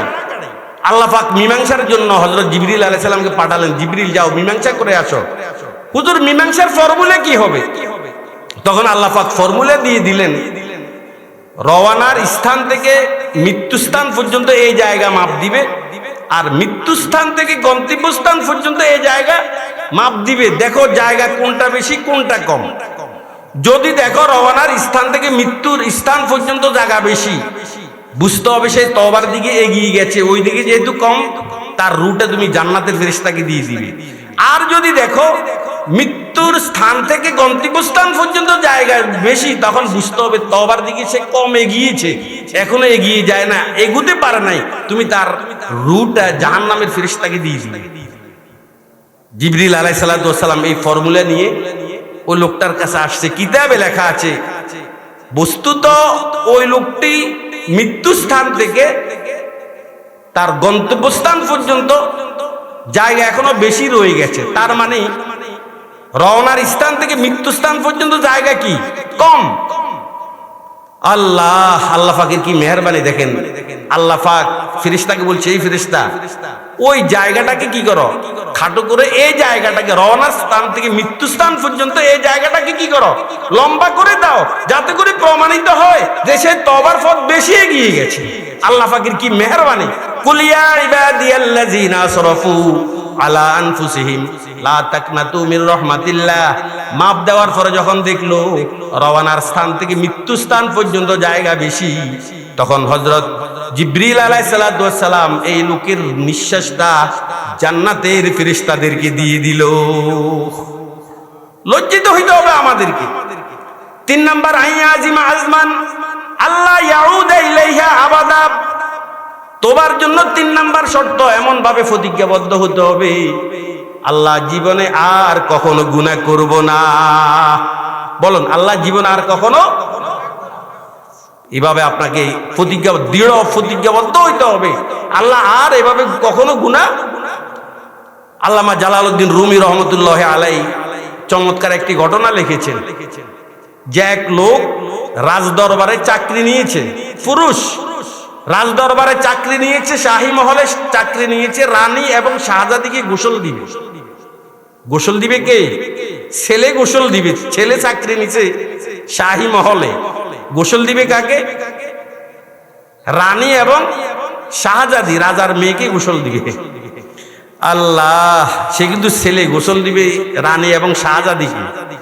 সাজ্জে কি মেয়ে, ও যে ছেলে এটাকে সে গোপন রেখেছে, এটা কাউকে ফোকাস হইতে দেয় নাই। ছেলে কিন্তু বেশ ধরেছে কার পর? মেয়ের বেশ ধরে চাকরি করতেছে শাহী মহলে, শাহজাদিকে গোসল দেয়, রানীকে গোসল দেয়, মাঝে মধ্যে আকাম কুকামও করে। কারণ ও তো মহিলা, অসুবিধা কি? ও যে একজন পুরুষ এটা তো আর রাজা জানে না, দরবারের কেউ জানে না।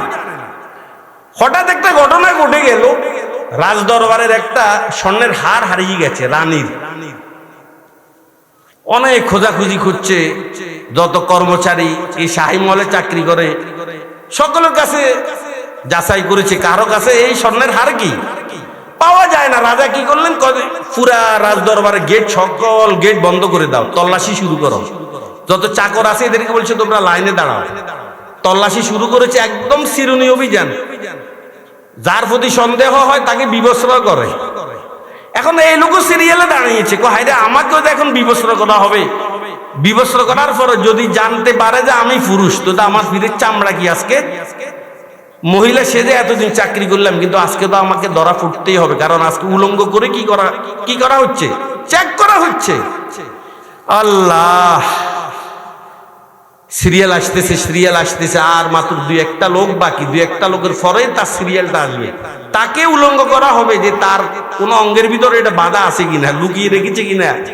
আল্লাহর দরবারে এই সামান্য সময় বসে তোবা করলেন, আল্লাহ যদি এরা জানতে পারে আমি পুরুষ, আমার পিঠের চামড়া কি রাখবে না, কিন্তু আমি মহিলা সেজে এতদিন চাকরি করেছি, এখানে কত আকাম কুকামও করেছি। এ আল্লাহ, তোমার কাছে আমি ক্ষমা চাইলাম, আল্লাহ আমি এই চাকরি ছেড়ে দিব, আল্লাহ জীবন আর অপরাধ করব না। আল্লাহ সিরিয়াল এসে গেছে, আর মাত্র 2 জন বাকি আছে, আমার সিরিয়াল এসে যাবে, আল্লাহ আমাকে একদম হত্যা করে ফেলবে। এই 2-1 মিনিটের সুযোগে এমন ভাবে দোয়া করেছে, আল্লাহ জীবন আর গুনাহ করব না। এ মুনাজাতের ভিতরেই হঠাৎ খবর আসছে একটা হাঁস পায়খানা করে দিছে, আর হাঁসের পায়খানার সাহায্যে ওই স্বর্ণের হাঁসটা কি আল্লাহ পাক তাকে বাঁচিয়েছেন কিনা? কথা বলেন, বাঁচাইছে কিনা? এই জন্য তোবা মানে সঙ্গে সঙ্গে গুনাহ ছেড়ে দিতে হবে। তোবা মানে লজ্জিত হইতে হবে। তোবা মানে আপনাকে প্রতিজ্ঞাবদ্ধ হইতে হবে, আল্লাহ জীবনে এই গুনাহ আর কখনো করব না। 4 নাম্বার, যদি বন্দার হকের সাথে গুনাহটা সম্পর্কিত হয়, যেমন নামাজ, রোজা, নামাজের কাজা করবেন, রোজার কাজা করবেন। আর যদি বন্দার হকের সাথে সম্পর্কিত হয়, বন্দার গীবত করেছেন, বন্দার হক মেরে খেয়েছেন, বন্দার জমিন দখল করে আছেন, আর যদি তোবা করেন, আল্লাহ পাক আপনার তোবা কবুল করবে না। বন্দার ওই জমিনটাকে বুঝিয়ে দিতে হবে, যার গীবত করেছেন তার পাও ধরে মাপ চাইতে হবে। দুনিয়াতে যদি সেই লোকটা না থাকে, যার গীবত করেছেন সে যদি দুনিয়াতে না থাকে, তার জন্য দোয়া করতে হবে এভাবে, আল্লাহুম্মা গফির লানা ওয়া লাহুম। এভাবে যদি আপনি তওবা করতে পারেন, আল্লাহ রাব্বুল আলামিন আপনি যত বড় পাপী হন না কেন আপনাকে মাফ করে দিবে। ও যুবক ভাই, এই শবে বরাতে বিশাল একটা সুযোগ এসে গেছে আমার গুনাহ মাফের জন্য। তোবার একটা সুযোগ এসে গেছে যুবক, তোবা করুন। দরজাওয়ানি তোবা করদন শিওয়া হে পয়গম্বরি, वक्त पीरे गुरगे जालिम मिशावद परहेज़गार, किसी खाकी पे मुदगर खा के अपनी जिंदगानी को जवानी कर फिदा उस पर कि जिसने दी जवानी को। ও যুবক ভাইরা, যৌবনকালে ইবাদত করা এটা ফেরেশতাদের নবীদের স্বভাব। এই জন্য যুবক ভাইরা এখন সময় পেয়েছেন, এখন ইবাদত করুন। আগামীতে করব, আগামীতে তাবলিগে যাব, আগামীতে দাঁড়িয়ে রাখবো, আগামীতে নামাজ ধরবো। এই যে আগামী আগামী, শয়তান এত টানেল, শয়তান মানুষকে নগদ কোনো নেকের কাজ করতে দেয় না। শয়তান মানুষকে আগামীর চক্কর ফেলে রাখে। আরে সবে গোয়াম কে ফরদা তরকে ইসাউদা কুনম, আর সবে গোয়াম কে ফরদা তরকে ইসাউদা কুনম, বাজে চু ফরদা শাওয়াদ ইমরোজেরা ফরদা কুনম, বাজে চু ফরদা শাওয়াদ ইমরোজেরা ফরদা কুনম। ও যুবক ভাই, যখন তোমার মৃত্যু হয়ে যাবে, চারটি প্রশ্নের উত্তর দেওয়া ছাড়া একটা কেস সামনে অগ্রসর হতে পারবে না। এক নাম্বার প্রশ্ন করা হবে, ও যুবক, তোমাকে আমি 60-70 বছর হায়াত দিয়েছি, এই হায়াতটা তুমি কোন কাজে ব্যয় করেছ? দ্বিতীয় নাম্বার, তুমি তোমার এই যৌবন কাল কোন কাজে ব্যয় করেছ? তৃতীয় নাম্বার, সম্পদ কোথা থেকে কামাই করেছো, সম্পদ কোথায় ব্যয় করেছ? চতুর্থ নাম্বার প্রশ্ন করা হবে, জানা অনুপাতে তুমি কি পরিমাণ আমল করেছো?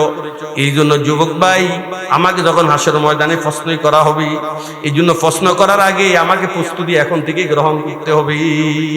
হাসরের ময়দানে আল্লাহর আরশের ছায়া ছাড়া যখন কোনো ছায়া থাকবে না, 7 ধরনের লোককে আল্লাহ রব্বুল আলামিন সে আরশের নিচে স্থান দিবে। দ্বিতীয় নম্বরে নবীজি বলেছেন, ওয়াশাবুন নাশা ফি ইবাদাতিল্লাহ, যে সমস্ত যুবক যৌবনকাল আল্লাহর ইবাদতে কাটিয়েছে। ওয়ারাজুলুন যাকারাল্লাহ খালিয়ান ফাফাজাত আইনা, যে যুবক নির্জনে বসে আল্লাহর আযাবের কথা, জাহান্নামের আযাবের কথা স্মরণ করে চোখ থেকে গড়িয়ে গড়িয়ে বেয়ে বেয়ে পানি পড়েছে, ওই যুবক কিয়ামতের দিন আল্লাহর আরশের নিচে জায়গা পাবে। এই জন্য যুবক ভাইরা, এই শবে বরাত এটা বিশাল একটা সুবর্ণ সুযোগ আমার গুনাহ মাফের জন্য। মেহেরবানি করে আমরা এই রাত ইবাদত দিয়ে জাগ্রত রাখবো। কোন ধরনের ফটকাবাজি, আতশবাজি, গুনাহে আমরা জড়িত হব না। রাজি আছো তো যুবক ভাই? গুনাহ মাফের জন্য দোয়া করবো। আমার মুরব্বী ভাইয়ারা, মুরব্বী বাবারা আর মুরব্বী দাদারা, আপনারাও এই শবে বরাতে না ঘুমানোর চেষ্টা করবেন। অনেক রাত ঘুমিয়েছেন, একটা রাত ইবাদতের জন্য বরাদ্দ করুন। ও নানারা, দাদারা, বাবারা, আপনারাও মুনাজাত করুন। হাদিসের মধ্যে আছে, ইন্নাল্লাহা ইস্তাহি মিন যিশাইবাতিল মুসলিম, যাদের দাড়ি সাদা হয়ে গেছে এরা যখন আল্লাহর কাছে কোনো কিছু চায়, আল্লাহ পাক খালি হাতে ফেরত দিতে লজ্জাবোধ করে। এই জন্য ও নানারা, আমরা আল্লাহর দরবারে এভাবে তওবা করার চেষ্টা করি। আল্লাহর দরবারে তওবা করব, বলেন রাজি আছেন তো? ইনশাআল্লাহ আল্লাহর দরবার কি করব কোন? এরে যুবক, কাঁদা কিন্তু লাগবে। হয় দুনিয়াতে কাঁদতে হবে, আর যদি দুনিয়াতে না কাঁদেন আপনাকে পরকালে অবশ্যই কাঁদতে হবে। দুনিয়াতে কাঁদা ভালো নাকি পরকালে কাঁদা ভালো? কথা বলেন সবাই, বলেন দুনিয়াতে কাঁদা ভালো হবে নাকি পরকালে কাঁদা ভালো হবে? ও যুবক ভাইরা, আল্লাহর নবী বলেছেন, ইউলকাল বুকাউ আলা আহলিন নার, কাল কিয়ামতের ময়দানে জাহান্নামীরা এভাবে কাঁদবে, হাত্তান কাতাদ দুমু, কাঁদতে কাঁদতে চোখের পানি শেষ হয়ে যাবে। সুম্মান কাতাদ হাত্তা ইউলকাল বুকাউ আলা আহলিন নার ফায়াবকুন, হাত্তান কাতাদ দুমু, চোখের পানি শেষ হয়ে যাবে। সুম্মা ইয়াবকুনাদ দামা, চোখের পানি শেষ হওয়ার পরে রক্তের কান্না মানুষ কাঁদবে। কিসের কান্না কাঁদবে বলেন? চোখের পানি শেষ হয়ে যাবে, মানুষ রক্তের কান্না কাঁদবে। এমন ভাবে কাঁদবে, ওয়ালা উরসিলাত ফি সুফুনুল আজরাত, মানুষের চেহারাতে এত বিশাল বিশাল গর্ত সৃষ্টি হবে, ওই গর্তের ভিতরে জাহাজ চলতে পারবে, নৌকা চলতে পারবে। চেহারার ভিতরে এত বড় বড় গর্ত হয়ে যাবে, জাহাজ আর নৌকা চলতে পারবে। বলে হুজুর, জাহান্নামীদের দেহটা কত বড় হবে? আল্লাহ রাব্বুল আলামিন বলেন, ইন্নাল্লাযীনা কাফারু বিআয়াতিনা সাওফা নুসলিহিম নারা কুল্লামা নাজিজাত জুলুদুহুম বাদদালনাহুম জুলুদান গায়রাহা লিয়াযুকুল আযাব ইন্নাল্লাহা কানা আজিজান হাকীমা। আল্লাহ রাব্বুল আলামিন বলেন, যারা আল্লাহর আয়াতকে অস্বীকার করেছে, সাওফা নুসলিহিম নারা, অচিরে আমি তাদেরকে জাহান্নামে নিক্ষেপ করব। কুল্লামা নাজিজাত জুলুদুহুম, জাহান্নামে নিক্ষেপ করার পরে যখন তাদের চামড়া জ্বলে পুড়ে যাবে, বাদদাল্লাহুম জুলুদান গায়রাহা, আমি নতুন চামড়া পাল্টিয়ে দেব। বলেন, চামড়া যখন জ্বলি পুড়ে ছাই হয়ে যাবে, নতুন একটা চামড়া আবার এখানে পাল্টিয়ে বসিয়ে দেওয়া হবে। বেলে হুজুর, চামড়া ফুটতে আর পাল্টাতে কতটুকু সময় লাগবে? না ভাই, সময় আসবে বেশি লাগবে না। হযরতে মুআয ইবনে জাবাল রাদিয়াল্লাহু তাআলা আনহু বলেন, এই কাজটি এত দ্রুত গতিতে সম্পাদিত হবে, এক মুহূর্তে 100 বার জাহান্নামীদের শরীরের চামড়া আগুনে খেয়ে ফেলবে। হযরত হাসান বসরি রাহিমাহুল্লাহ বলেন, জাহান্নামীদের শরীরের চামড়া দৈনিক 70,000 বার আগুনে খেয়ে ফেলবে। কত হাজার বার বলেন? 70,000 বার তাদের দেহের চামড়া আগুনে খেয়ে ফেলবে। এখন প্রশ্ন আসতে পারে, জাহান্নামীদের শরীরের চামড়া কত বড় হবে, তাদের দেহটা কত বড় হবে, তাদের দাঁতটা কত বড় হবে?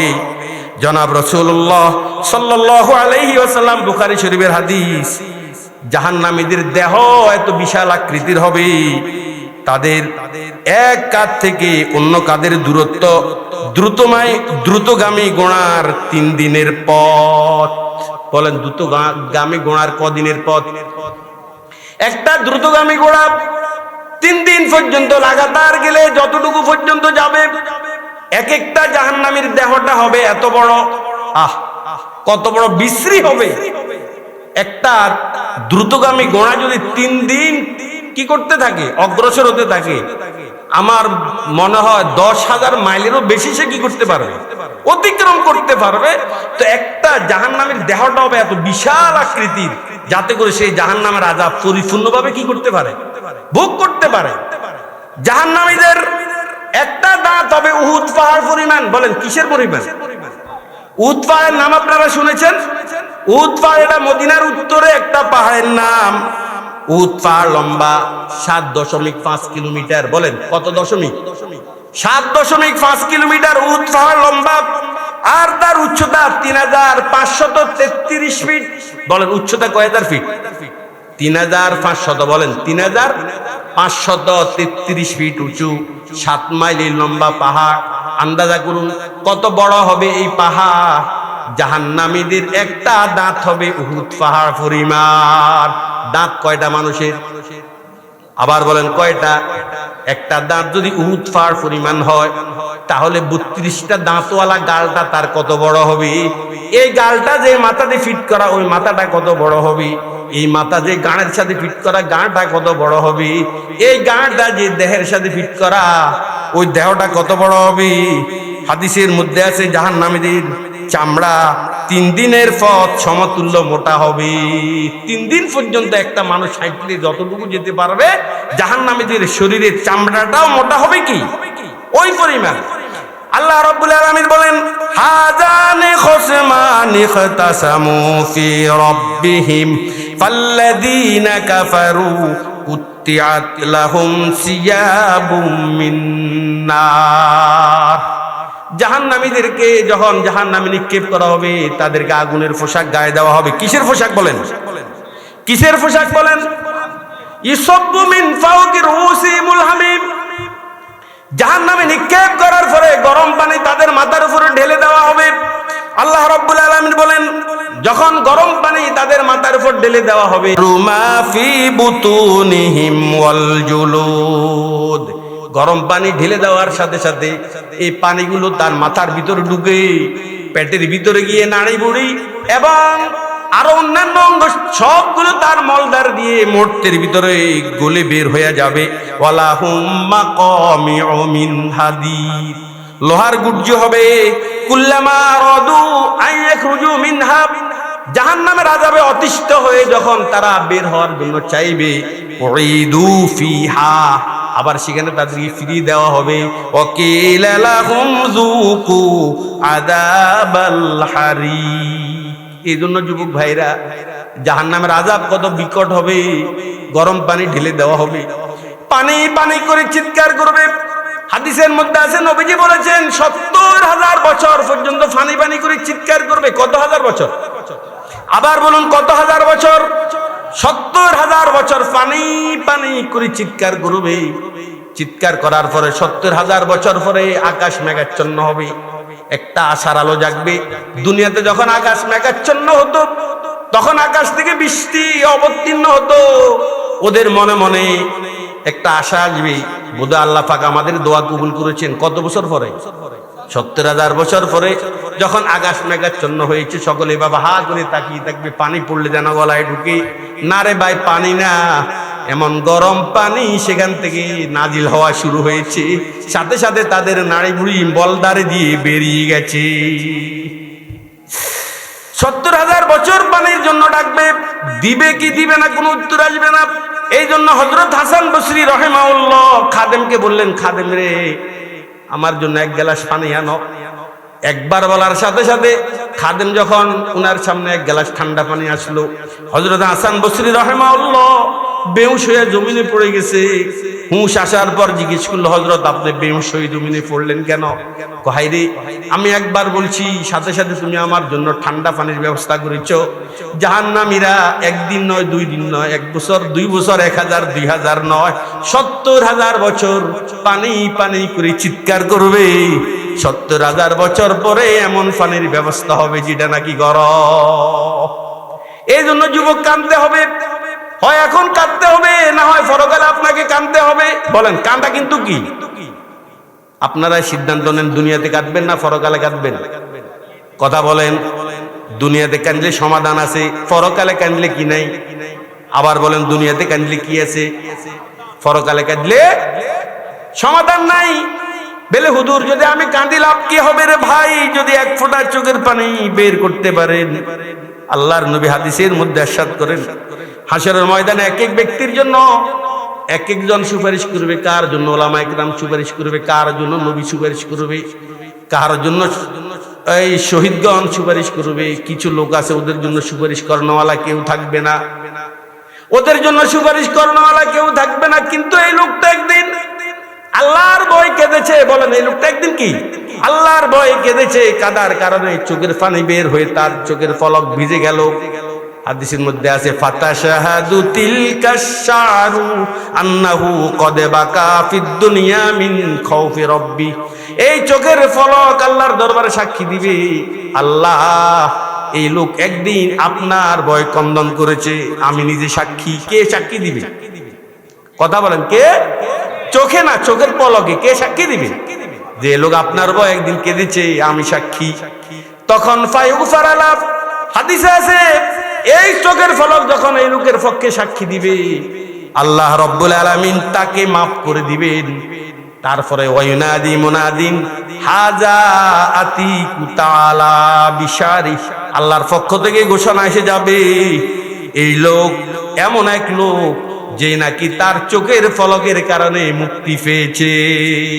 এই জন্য যুবক, সবরাত আমাদের সামনে এসে গেছে, আসন্ন। কয়েকদিন পরেই সবরাত এসে যাবে। আগামী সোমবার, মঙ্গলবার অথবা বুধবার এটা হবে শাবান মাস।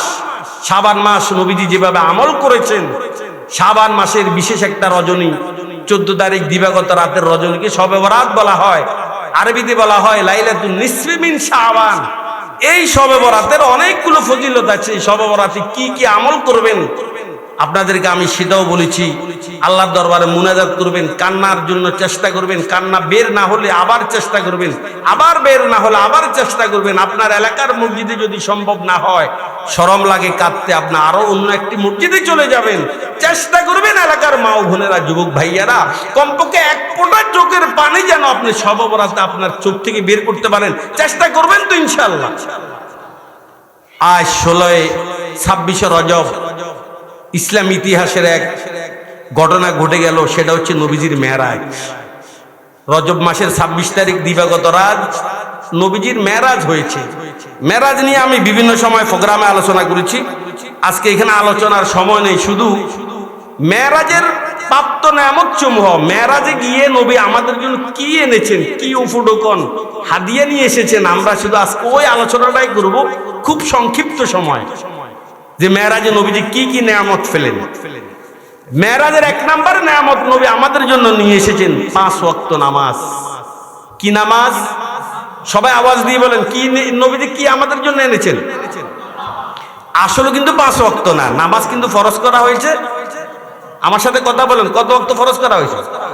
এখন গেল 50 ওয়াক্ত নামাজ নিয়ে নবী করিম সাল্লাল্লাহু আলাইহি ওয়াসাল্লাম যখন আকাশ দিয়ে অবতরণ করছিলেন, নিচে নেমে আসছিলেন, প্রতিমধ্যে হযরত মুসা আলাইহিস সালামের সাথে দেখা হয়। মুসা আলাইহিস সালাম জিজ্ঞেস করলেন, আল্লাহ পাক কি দিয়েছেন? 50 ওয়াক্ত নামাজ। মুসা আলাইহিস সালাম বললেন, আপনার উম্মত 50 ওয়াক্ত নামাজ পারবে না, আপনি একটু ডিসকাউন্ট করার চেষ্টা করুন আল্লাহর কাছে গিয়ে। কিতাবে আছে নবী করিম সাল্লাল্লাহু আলাইহি ওয়াসাল্লাম 9 বার গিয়ে 45 ওয়াক্ত নামাজ ডিসকাউন্ট করেছেন, 5 ওয়াক্ত করে। কয়বার গিয়েছেন? কথা বলেন। 9 বার গিয়ে 5 ওয়াক্ত করে 45 ওয়াক্ত ডিসকাউন্ট করে। আর আছে কয় ওয়াক্ত? 5 ওয়াক্ত নিয়ে যখন আসছিলেন, মুসা আলাইহিস সালাম বললেন এখনো পারবে না। কিন্তু নবীজি বলেন, আমার তো লজ্জা হয়, এতবার গেলাম, 9 বার গেলাম, আর যেতে লজ্জা হয়। আল্লাহ তো সেটা দেখছেন। আল্লাহ পাক বলেন, এই নবী, আপনাকে আর আমার কাছে ডিসকাউন্টের জন্য আসা লাগবে না। দুনিয়াতে গিয়ে আপনার উম্মতকে বলবেন, তারা যদি সময় মতো গুরুত্ব সহকারে 5 ওয়াক্ত নামাজ মসজিদে গিয়ে জামাতের সাথে আদায় করে, আমি আল্লাহ রব্বুল আলামিন 50 ওয়াক্ত নামাজের সওয়াব তাদেরকে দান করব। পড়বে 5 ওয়াক্ত, সওয়াব দিব কত ওয়াক্তের?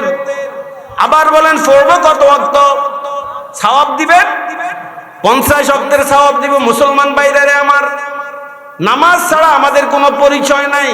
বলেন, নামাজ ছাড়া আমাদের মুসলমানের কোনো কি? দুনিয়ার ভিতরে যত ইবাদত দেখতে পাচ্ছেন, সকল ইবাদত আল্লাহ রাব্বুল আলামিন ওহীর মাধ্যমে ফরজ করেছেন। একমাত্র নামাজ, সেটা ওহীর মাধ্যমে ফরজ করে নাই।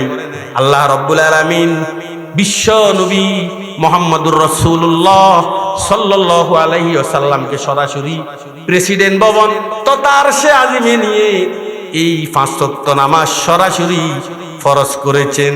সুতরাং অন্যান্য ইবাদতের চেয়েও নামাজের গুরুত্ব আল্লাহর কাছে অনেক বেশি। ও মুসলমান, নামাজ ছাড়া আমাদের মুসলমানের কোনো পরিচয় নাই। আল্লাহর নবী বলেছেন, আমার কোন উম্মত যদি বিনা প্রয়োজনে 1 ওয়াক্ত নামাজ ছেড়ে দেয়, সাথে সাথে তার নাম জাহান্নামের গেইটে লিখে দেওয়া হয়। কোথায় লিখে দেওয়া হয়? জাহান্নামের গেইটে লিখে দেওয়া হয়। এই জন্য আমার যুবক ভাইরা, আমাদের মধ্যে কেউ আছে 8 মুসল্লি? কোন কেউ আছে কি? সবাই বলেন। 8 মুসল্লি মানে সপ্তাহে একদিন শুধু জুমার নামাজ পড়ে, এটার নাম 8 মুসল্লি। বলেন, 8 মুসল্লি কাকে বলে? আপনারা কি শীতে ধরছে নাকি আপনাদের? 8 মুসল্লি কে? কোন 8 মুসল্লি যে সপ্তাহে একদিন জুমার নামাজ পড়ে। আর এক প্রকার হলো খাট মুসল্লি। খাটছিলেন যে জুমার নামাজও পড়ে না, শুধুমাত্র জানাজার নামাজ পড়ে। কি পড়ে কথা বলেন? তাহলে 1 নাম্বার 8 মুসল্লি মানে জুমার নামাজ, 2 নাম্বার খাট মুসল্লি, জুমার নামাজও পড়ে না, 5 ওয়াক্ত নামাজও পড়ে না, শুধু কি পড়ে? জানাজার নামাজ পড়ে। 8 মুসল্লি, খাট মুসল্লি। আরেকটা আছে খুশ মুসল্লি, মানে শুধু ঈদের নামাজ পড়ে। বলেন কিসের নামাজ? আবার বলেন কিসের নামাজ? আরেক প্রকার হলো ভোট মুসল্লি। ভোট, বলেন কি মুসল্লি? আওয়াজ দিয়ে বলেন কি মুসল্লি? দেখবেন জীবনে আমাদের দেশকে হুসুম দিগিরি আসার খায় না, হাতে জীবনে নামাজ পড়ানো, কিন্তু নির্বাচনের ফাটতি হয়, চেয়ারম্যানিতে দাঁড়া চেয়ারম্যানের ফাটতি, না হয় মেম্বার ফাটতি, না হয় এমপি ফাটতি। কত লম্বা একটা জুব্বা এখন মাটিতে চেঁচাই আড়ে কর, কথা কয় না কা? হাজারি দানা তসবি আছে না নাই কর? এখন সালামের আওয়াজ বেড়ে গেছে, সালাম আলাইকুম। বলেন সালাম কেমনে দেয়? আবার বলেন না কেমনে দেয়? সালাম এলার হাতে, সালাম ন, সালাম আলাইকুম। এটার নাম কি মুসল্লি? আর বুট মুসল্লি, বলেন কি মুসল্লি? বুট মুসল্লি আমাদের দেশে নাই, কথা বলেন আছে না নাই? তাহলে 1 নাম্বার 8 মুসল্লি মানে শুক্রবারে নামাজ পড়ে, আর কোন ওয়াক্ত নামাজ পড়ে না। 2 নাম্বার খাট মুসল্লি, শুধুমাত্র জানাজার নামাজ পড়ে, আর কিছু পড়ে না। 3 নাম্বার খুশ মুসল্লি, জানাজাও পড়ে না, শুধু ঈদের নামাজ পড়ে, কথা বলেন শুধু কি? 4 নাম্বার ভোট মুসল্লি, শুধু ভোট আসলে নামাজ পড়ে, আছে না নাই? আরেক প্রকার হলো খাস মুসল্লি। খাস মুসল্লি তার মানে শুক্রবারে নামাজ পড়ে, নির্বাচন আসলেও নামাজ পড়ে, জানাজার নামাজও পড়ে, ঈদের নামাজও পড়ে, নফল নামাজও পড়ে, 5 ওয়াক্ত নামাজ সে নিয়মিত পড়ে। এর নাম হলো খাস মুসল্লি। ও ভাই, আপনারা কি আট মুসল্লি, খাট মুসল্লি, বুট মুসল্লি, খুশ মুসল্লি হতে চান নাকি খাস মুসল্লি হতে চান? মুসলমান, নামাজ ছাড়া আমাদের কোনো পরিচয় নাই। এলাকার মা বোনেরা, যখন সময় হবে, আপনার স্বামী যত তেড়া হোক না কেন, আপনি সময় মতো আপনার নামাজ পড়বেন। ও মা, আপনার কবরে আপনার স্বামী যাবে না, আপনার কবরে আপনার ছেলে যাবে না। মাগু, কার জন্য জীবনটা নষ্ট করে দিচ্ছেন মাগু? এই জন্য সময় মতো নামাজ পড়বেন। এখানে আপনারা অনেকে আছেন, অনেক মালিকের আন্ডারে চাকরি করেন। ও যুবক ভাই, তোমার মালিক তোমার কবরে যাবে না। কেমন করে রবি রে মন ওই অন্ধকার কবরে, কেমন করে রবি রে মন ওই অন্ধকার কবরে, মৃত্যুর পরে আপন নাই রেখে যাবে তোর কবরে। এ দুনিয়ার লোভে লালসায় জিন্দিগি শেষ করিলাম, এ দুনিয়ার লোভে লালসায় জিন্দিগি শেষ করিলাম, হায় এলাহি আখেরে বুঝি খালি হাতে চলিলাম। আসছি একা যাইমু একা, আসছি একা যাইমু একা, সঙ্গে নিব কি? সঙ্গে নিব দুইটি নাম, আল্লাহু নবী। ও যুবক ভাইরা, যে মালিকের আন্ডার আপনি চাকরি করেন, মালিকের ভয় আপনি নামাজে যাচ্ছেন না। শুনুন, আপনাকে যখন কবরে রাখা হবে, আপনার মালিক আপনার কবরে যাবে না। যে নেতাকে খুশি করার জন্য আজকে মানুষের ঘর বাড়ি ভাঙছেন, আপনার মৃত্যুর পরে আপনার ওই নেতা আপনার সাথে কবরে যাবে না। যে নেতাকে খুশি করার জন্য বর্তমানে মানুষকে হত্যা করছেন, মনে রাখবেন আপনার কবর আপনার ওই নেতা যাবে না। আপনি আপনার নেতার বিরুদ্ধে মামলা করবেন, রব্বানা ইন্না আতানা সাদাতানা ওয়া কুবারানা ফাআযাল্লুনাস সাবিলা। আয় আল্লাহ, দুনিয়াতে নেতার অনুসরণ করেছিলাম, ও কুবারানা, বড় ভাই কোন নেতা করে কি কয়? আবার বলেন কি? বড় ভাইয়ের অনুসরণ করেছি, আল্লাহ কুবার হওয়া না, কাফির থেকে কুবার হওয়া না। আল্লাহ বড় ভাইয়ের অনুসরণ করেছিলাম, সাদাতানা লিডারের অনুসরণ করেছিলাম। কার অনুসরণ? ফাযাল্লুনাস সাবিলা। তারা বলছে পেট্রোল মারার জন্য, তারা বলছে অমুকের ঘর জ্বালিয়ে দেওয়ার জন্য, তারা বলছে অমুককে অপারেশন করার জন্য অপারেশন করেছি। ফাযাল্লুনাস সাবিলা। তারা আজকে আমাদেরকে পথভ্রষ্ট করেছে। রব্বানা আতিহিম জি'ফাইনি মিনাল আযাবি ওয়ালআনহুম লানান কাবীরা। আয় আল্লাহ, আজকে দ্বিগুণ শাস্তি দিন এবং তাদেরকে মহা অভিশাপে অভিশপ্ত করুন। এই জন্য মুসলমান ভাইরা, নবীজি মেরাজ থেকে 1 নম্বর নিয়ামত কি নিয়ে এসেছেন? নামাজ। বলেন কি নিয়ে এসেছেন? দ্বিতীয় নাম্বার, সূরা বাকারার শেষ 2 আয়াত আলোচনা আমার শেষ। সূরা বাকারার, আবার বলেন সূরা বাকারার, পারেন আপনারা? আমানার রাসূলু বিমা উনজিলা ইলাইহি মির রাব্বিহি ওয়াল মুমিনুন কুল্লুন আমানা বিল্লাহি ওয়া মালাইকাতিহি ওয়া কুতুবিহি ওয়া রুসুলিহি লা নুফাররিকু বাইনা আহাদিম মির রুসুলি ওয়া ক্বালু সামি'না ওয়া আতা'না গুফরানাকা রাব্বানা ওয়া ইলাইকাল মাসির। লা ইউকাল্লিফুল্লাহু নাফসান ইল্লা উসাহা লাহা মা কাসাবাত ওয়া আলাইহা মাকতাসাবাত রব্বানা লা তুআখিযনা ইন নাসিনা আও আখতানা রব্বানা ওয়ালা তাহমিল আলাইনা ইসরান কামা হামালতাহু আলাল্লাযীনা মিন ক্বাবলিনা রব্বানা ওয়ালা তুহাম্মিলনা মা লা তাকাতা লানা বি ওয়া'ফু আন্না ওয়াগফির লানা ওয়ারহামনা আনতা মাওলানা ফানসুরনা আলাল কওমিল কাফিরিন। আল্লাহর নবী মেরাজ থেকে এই 2 আয়াত আমাদের জন্য উপহার হিসেবে নিয়ে এসেছেন।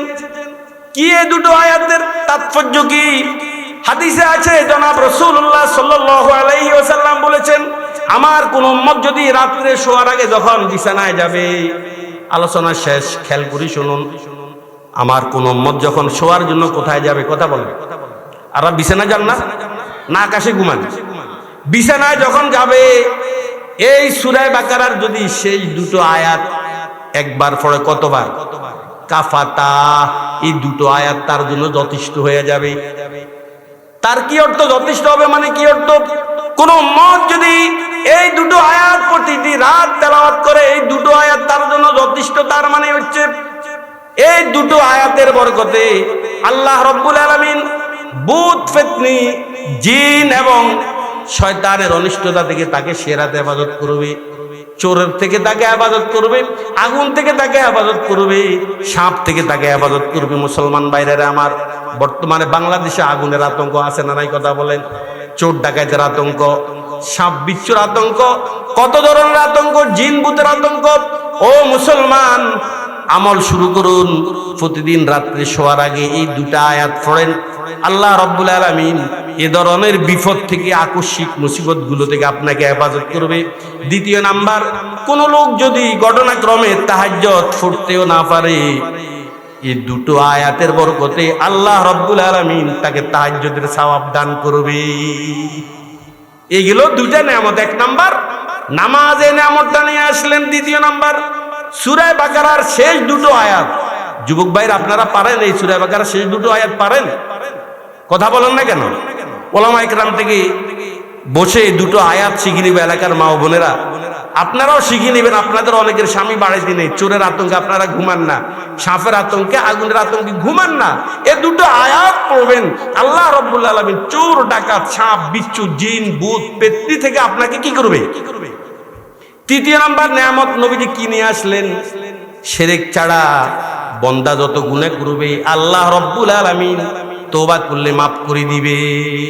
কি ছাড়া? কর শুধু আল্লাহ, শিরক কি করবেন না। আবার বলেন, শুধু শিরক?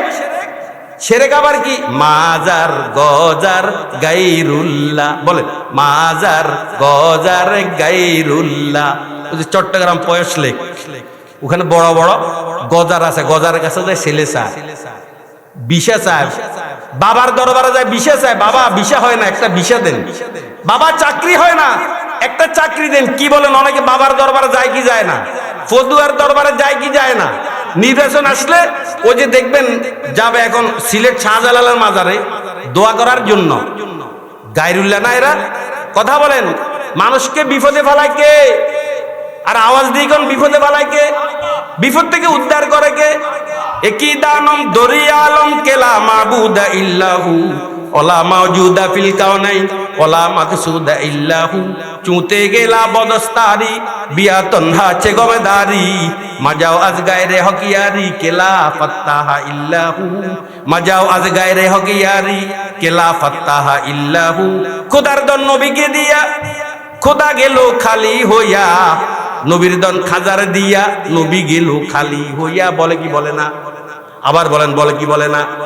আরে খোদার দন নবীকে দিয়া খোদা গেল খালি হইয়া, নবীর দন খাজার দিয়া নবী গেল খালি হইয়া। এখন তো খাজার কাছে তো আছে। খাজারে তোর দরবারে কেউ ফিরে না খালি হাতে, খাজারে তোর দরবারে কেউ ফিরে না খালি হাতে। আউয়ালো আখের তুমি জহের বাতেন তুমি, আউয়ালো আখের তুমি জহের বাতেন তুমি। কেউ বলে মুস্তফা তুমি, কেউ বলে হুবহু খোদা। কেউ বলে মুস্তফা তুমি, কেউ বলে হুবহু খোদা। আরে পানির নিচে মোম ধরাইলে বাতাসে নিবে না, খাজা বাবা তোরে দইলে নামাজ লাগে না, খাজা বাবা তোরে দইলে রোজা লাগে না। বলে কি বলে না? কথা বলেন। আরে বলে কি বলে না? এই জন্য শিরক আল্লাহ পাক কখনো কি করবে না? কোন কথা বলেন। ল্যাংটার কাছে যা, একদম আফাদ মস্তক, পুরো উস্ত, পুরো ল্যাংটা, কয় এর কাছে অনেক কিছু আছে। আরে বেটা অনেক কিছু আছে, তুই বলা লাগে নাকি? এটা তো আমরাই দেখতেছি ওর কাছে কি আছে, এটা তোরা কওয়া লাগে নাকি? বেটা সন্তান চাইবেন কার কাছে বলেন? ছেলে দেয়কে ইয়াহাবু লিমান ইয়াশাউ ইনাসাও ওয়া ইয়াহাবু লিমান ইয়াশাউ যুকুরা আও ইউজাউযিজুহুম যুকরানাও ওয়া ইনাসাও ওয়া ইয়াজআলু মান ইয়াশাউ আকীমা। কন্যা সন্তান দেন আল্লাহ, পুত্র সন্তান দেন আল্লাহ। কন্যা সন্তান পুত্র সন্তান উভয়টা দেন আল্লাহ। আর আল্লাহ যাকে চায় তাকে বন্দা রাখেন। বলেন, আল্লাহ যাকে চায় তাকে কি রাখেন? বন্দা মানে ভাজা, আমরা ভাজা বলি। ওর কোনো সন্তানে হয় না, তাহলে শিরক এই পাপটা আমাদের সমাজে আসে না? নাই কথা বলে। ছেলে যদি না থাকতো, ইউরোপ থেকে টাকা না দিত, সকলে মরে যেতাম। এই গরুর দুধ যদি না দিত, সকলে আমরা মরে যেতাম। এই প্রজেক্ট যদি না থাকতো, প্রজেক্টের মাছ বিক্রি করে কোনো মতে সমাজ পরিচালনা করেছি, এই প্রজেক্ট না থাকলে আমরা না খেয়ে মরতাম। এই ধরনের শিরক আমাদের ভিতরে আছে না নাই? যারা নামাজ পড়ে, রোজা রাখে, মসজিদে আসে, ওদের ভিতরে ওই শিরকটা আছে। কিন্তু এই জন্য আমার ভাইরা, নবীজি মেরাজ থেকে আমাদের জন্য 3টি নিয়ামত নিয়ে এসেছেন। 1 নাম্বার নামাজের মতো একটা মহামূল্যবান নিয়ামত। 2 নাম্বার সূরা বাকারার শেষ 2 আয়াত, বহুত বড় একটা নিয়ামত। 3 নাম্বার নিয়ামত নবীজি আমাদের জন্য যেটি নিয়ে এসেছেন, যে শিরক ছাড়া আর যত গুনাহ আছে, বান্দা যদি ইখলাসের সাথে চোখ থেকে পানি ঝরিয়ে আল্লাহর কাছে দোয়া করে, আল্লাহ পাক সেটা মাফ করে দিবেন। অনেক লম্বা আলোচনা করেছি, আসলে আপনাদের আড্ডা বাড়িতে আসলে যেন আমার আলোচনা করতেই ভালো লাগে। আমার ওয়াজের জগৎটা অনেকটা আপনাদের আড্ডা বাড়ি থেকেই শুরু। আমি আজ 5-7 বছর আগ থেকে এখানে ওয়াজ করি। আমার কাছে ভালো লাগে, অনেক ভালো লাগে। এই এলাকার ফোন গেলে আমার কাছে অনেক আনন্দিত, আমি খুব খুশি লাগে আমার কাছে। শত ব্যস্ততার পরেও আমি এখানে আসার চেষ্টা করি। তো আল্লাহ রাব্বুল আলামিন যে কথাগুলো সীমিত সময় আলোচনা করেছি, শাবান মাস নিয়ে আলোচনা করি, শাবান মাসের কিছু আমলের কথা বলেছি। বিশেষ করে শাবান মাসের 14 তারিখ দিবাগত রাত, অর্থাৎ শবে বরাত নিয়ে কিছু আমলের আলোচনা করেছি। যুব সমাজকে তওবা করার জন্য বলেছি। আল্লাহ রাব্বুল আলামিন আমাদের সকলকে আলোচিত কথাগুলোর উপর আমল করে উভয় জাহানে ধন্য হওয়ার তৌফিক দান করুন। ওমা আলাইনা ইল্লাল বালাগ, ওমা তাওফিক ইল্লা বিল্লাহ। আসসালামু আলাইকুম ওয়া রাহমাতুল্লাহি ওয়া বারাকাতুহু।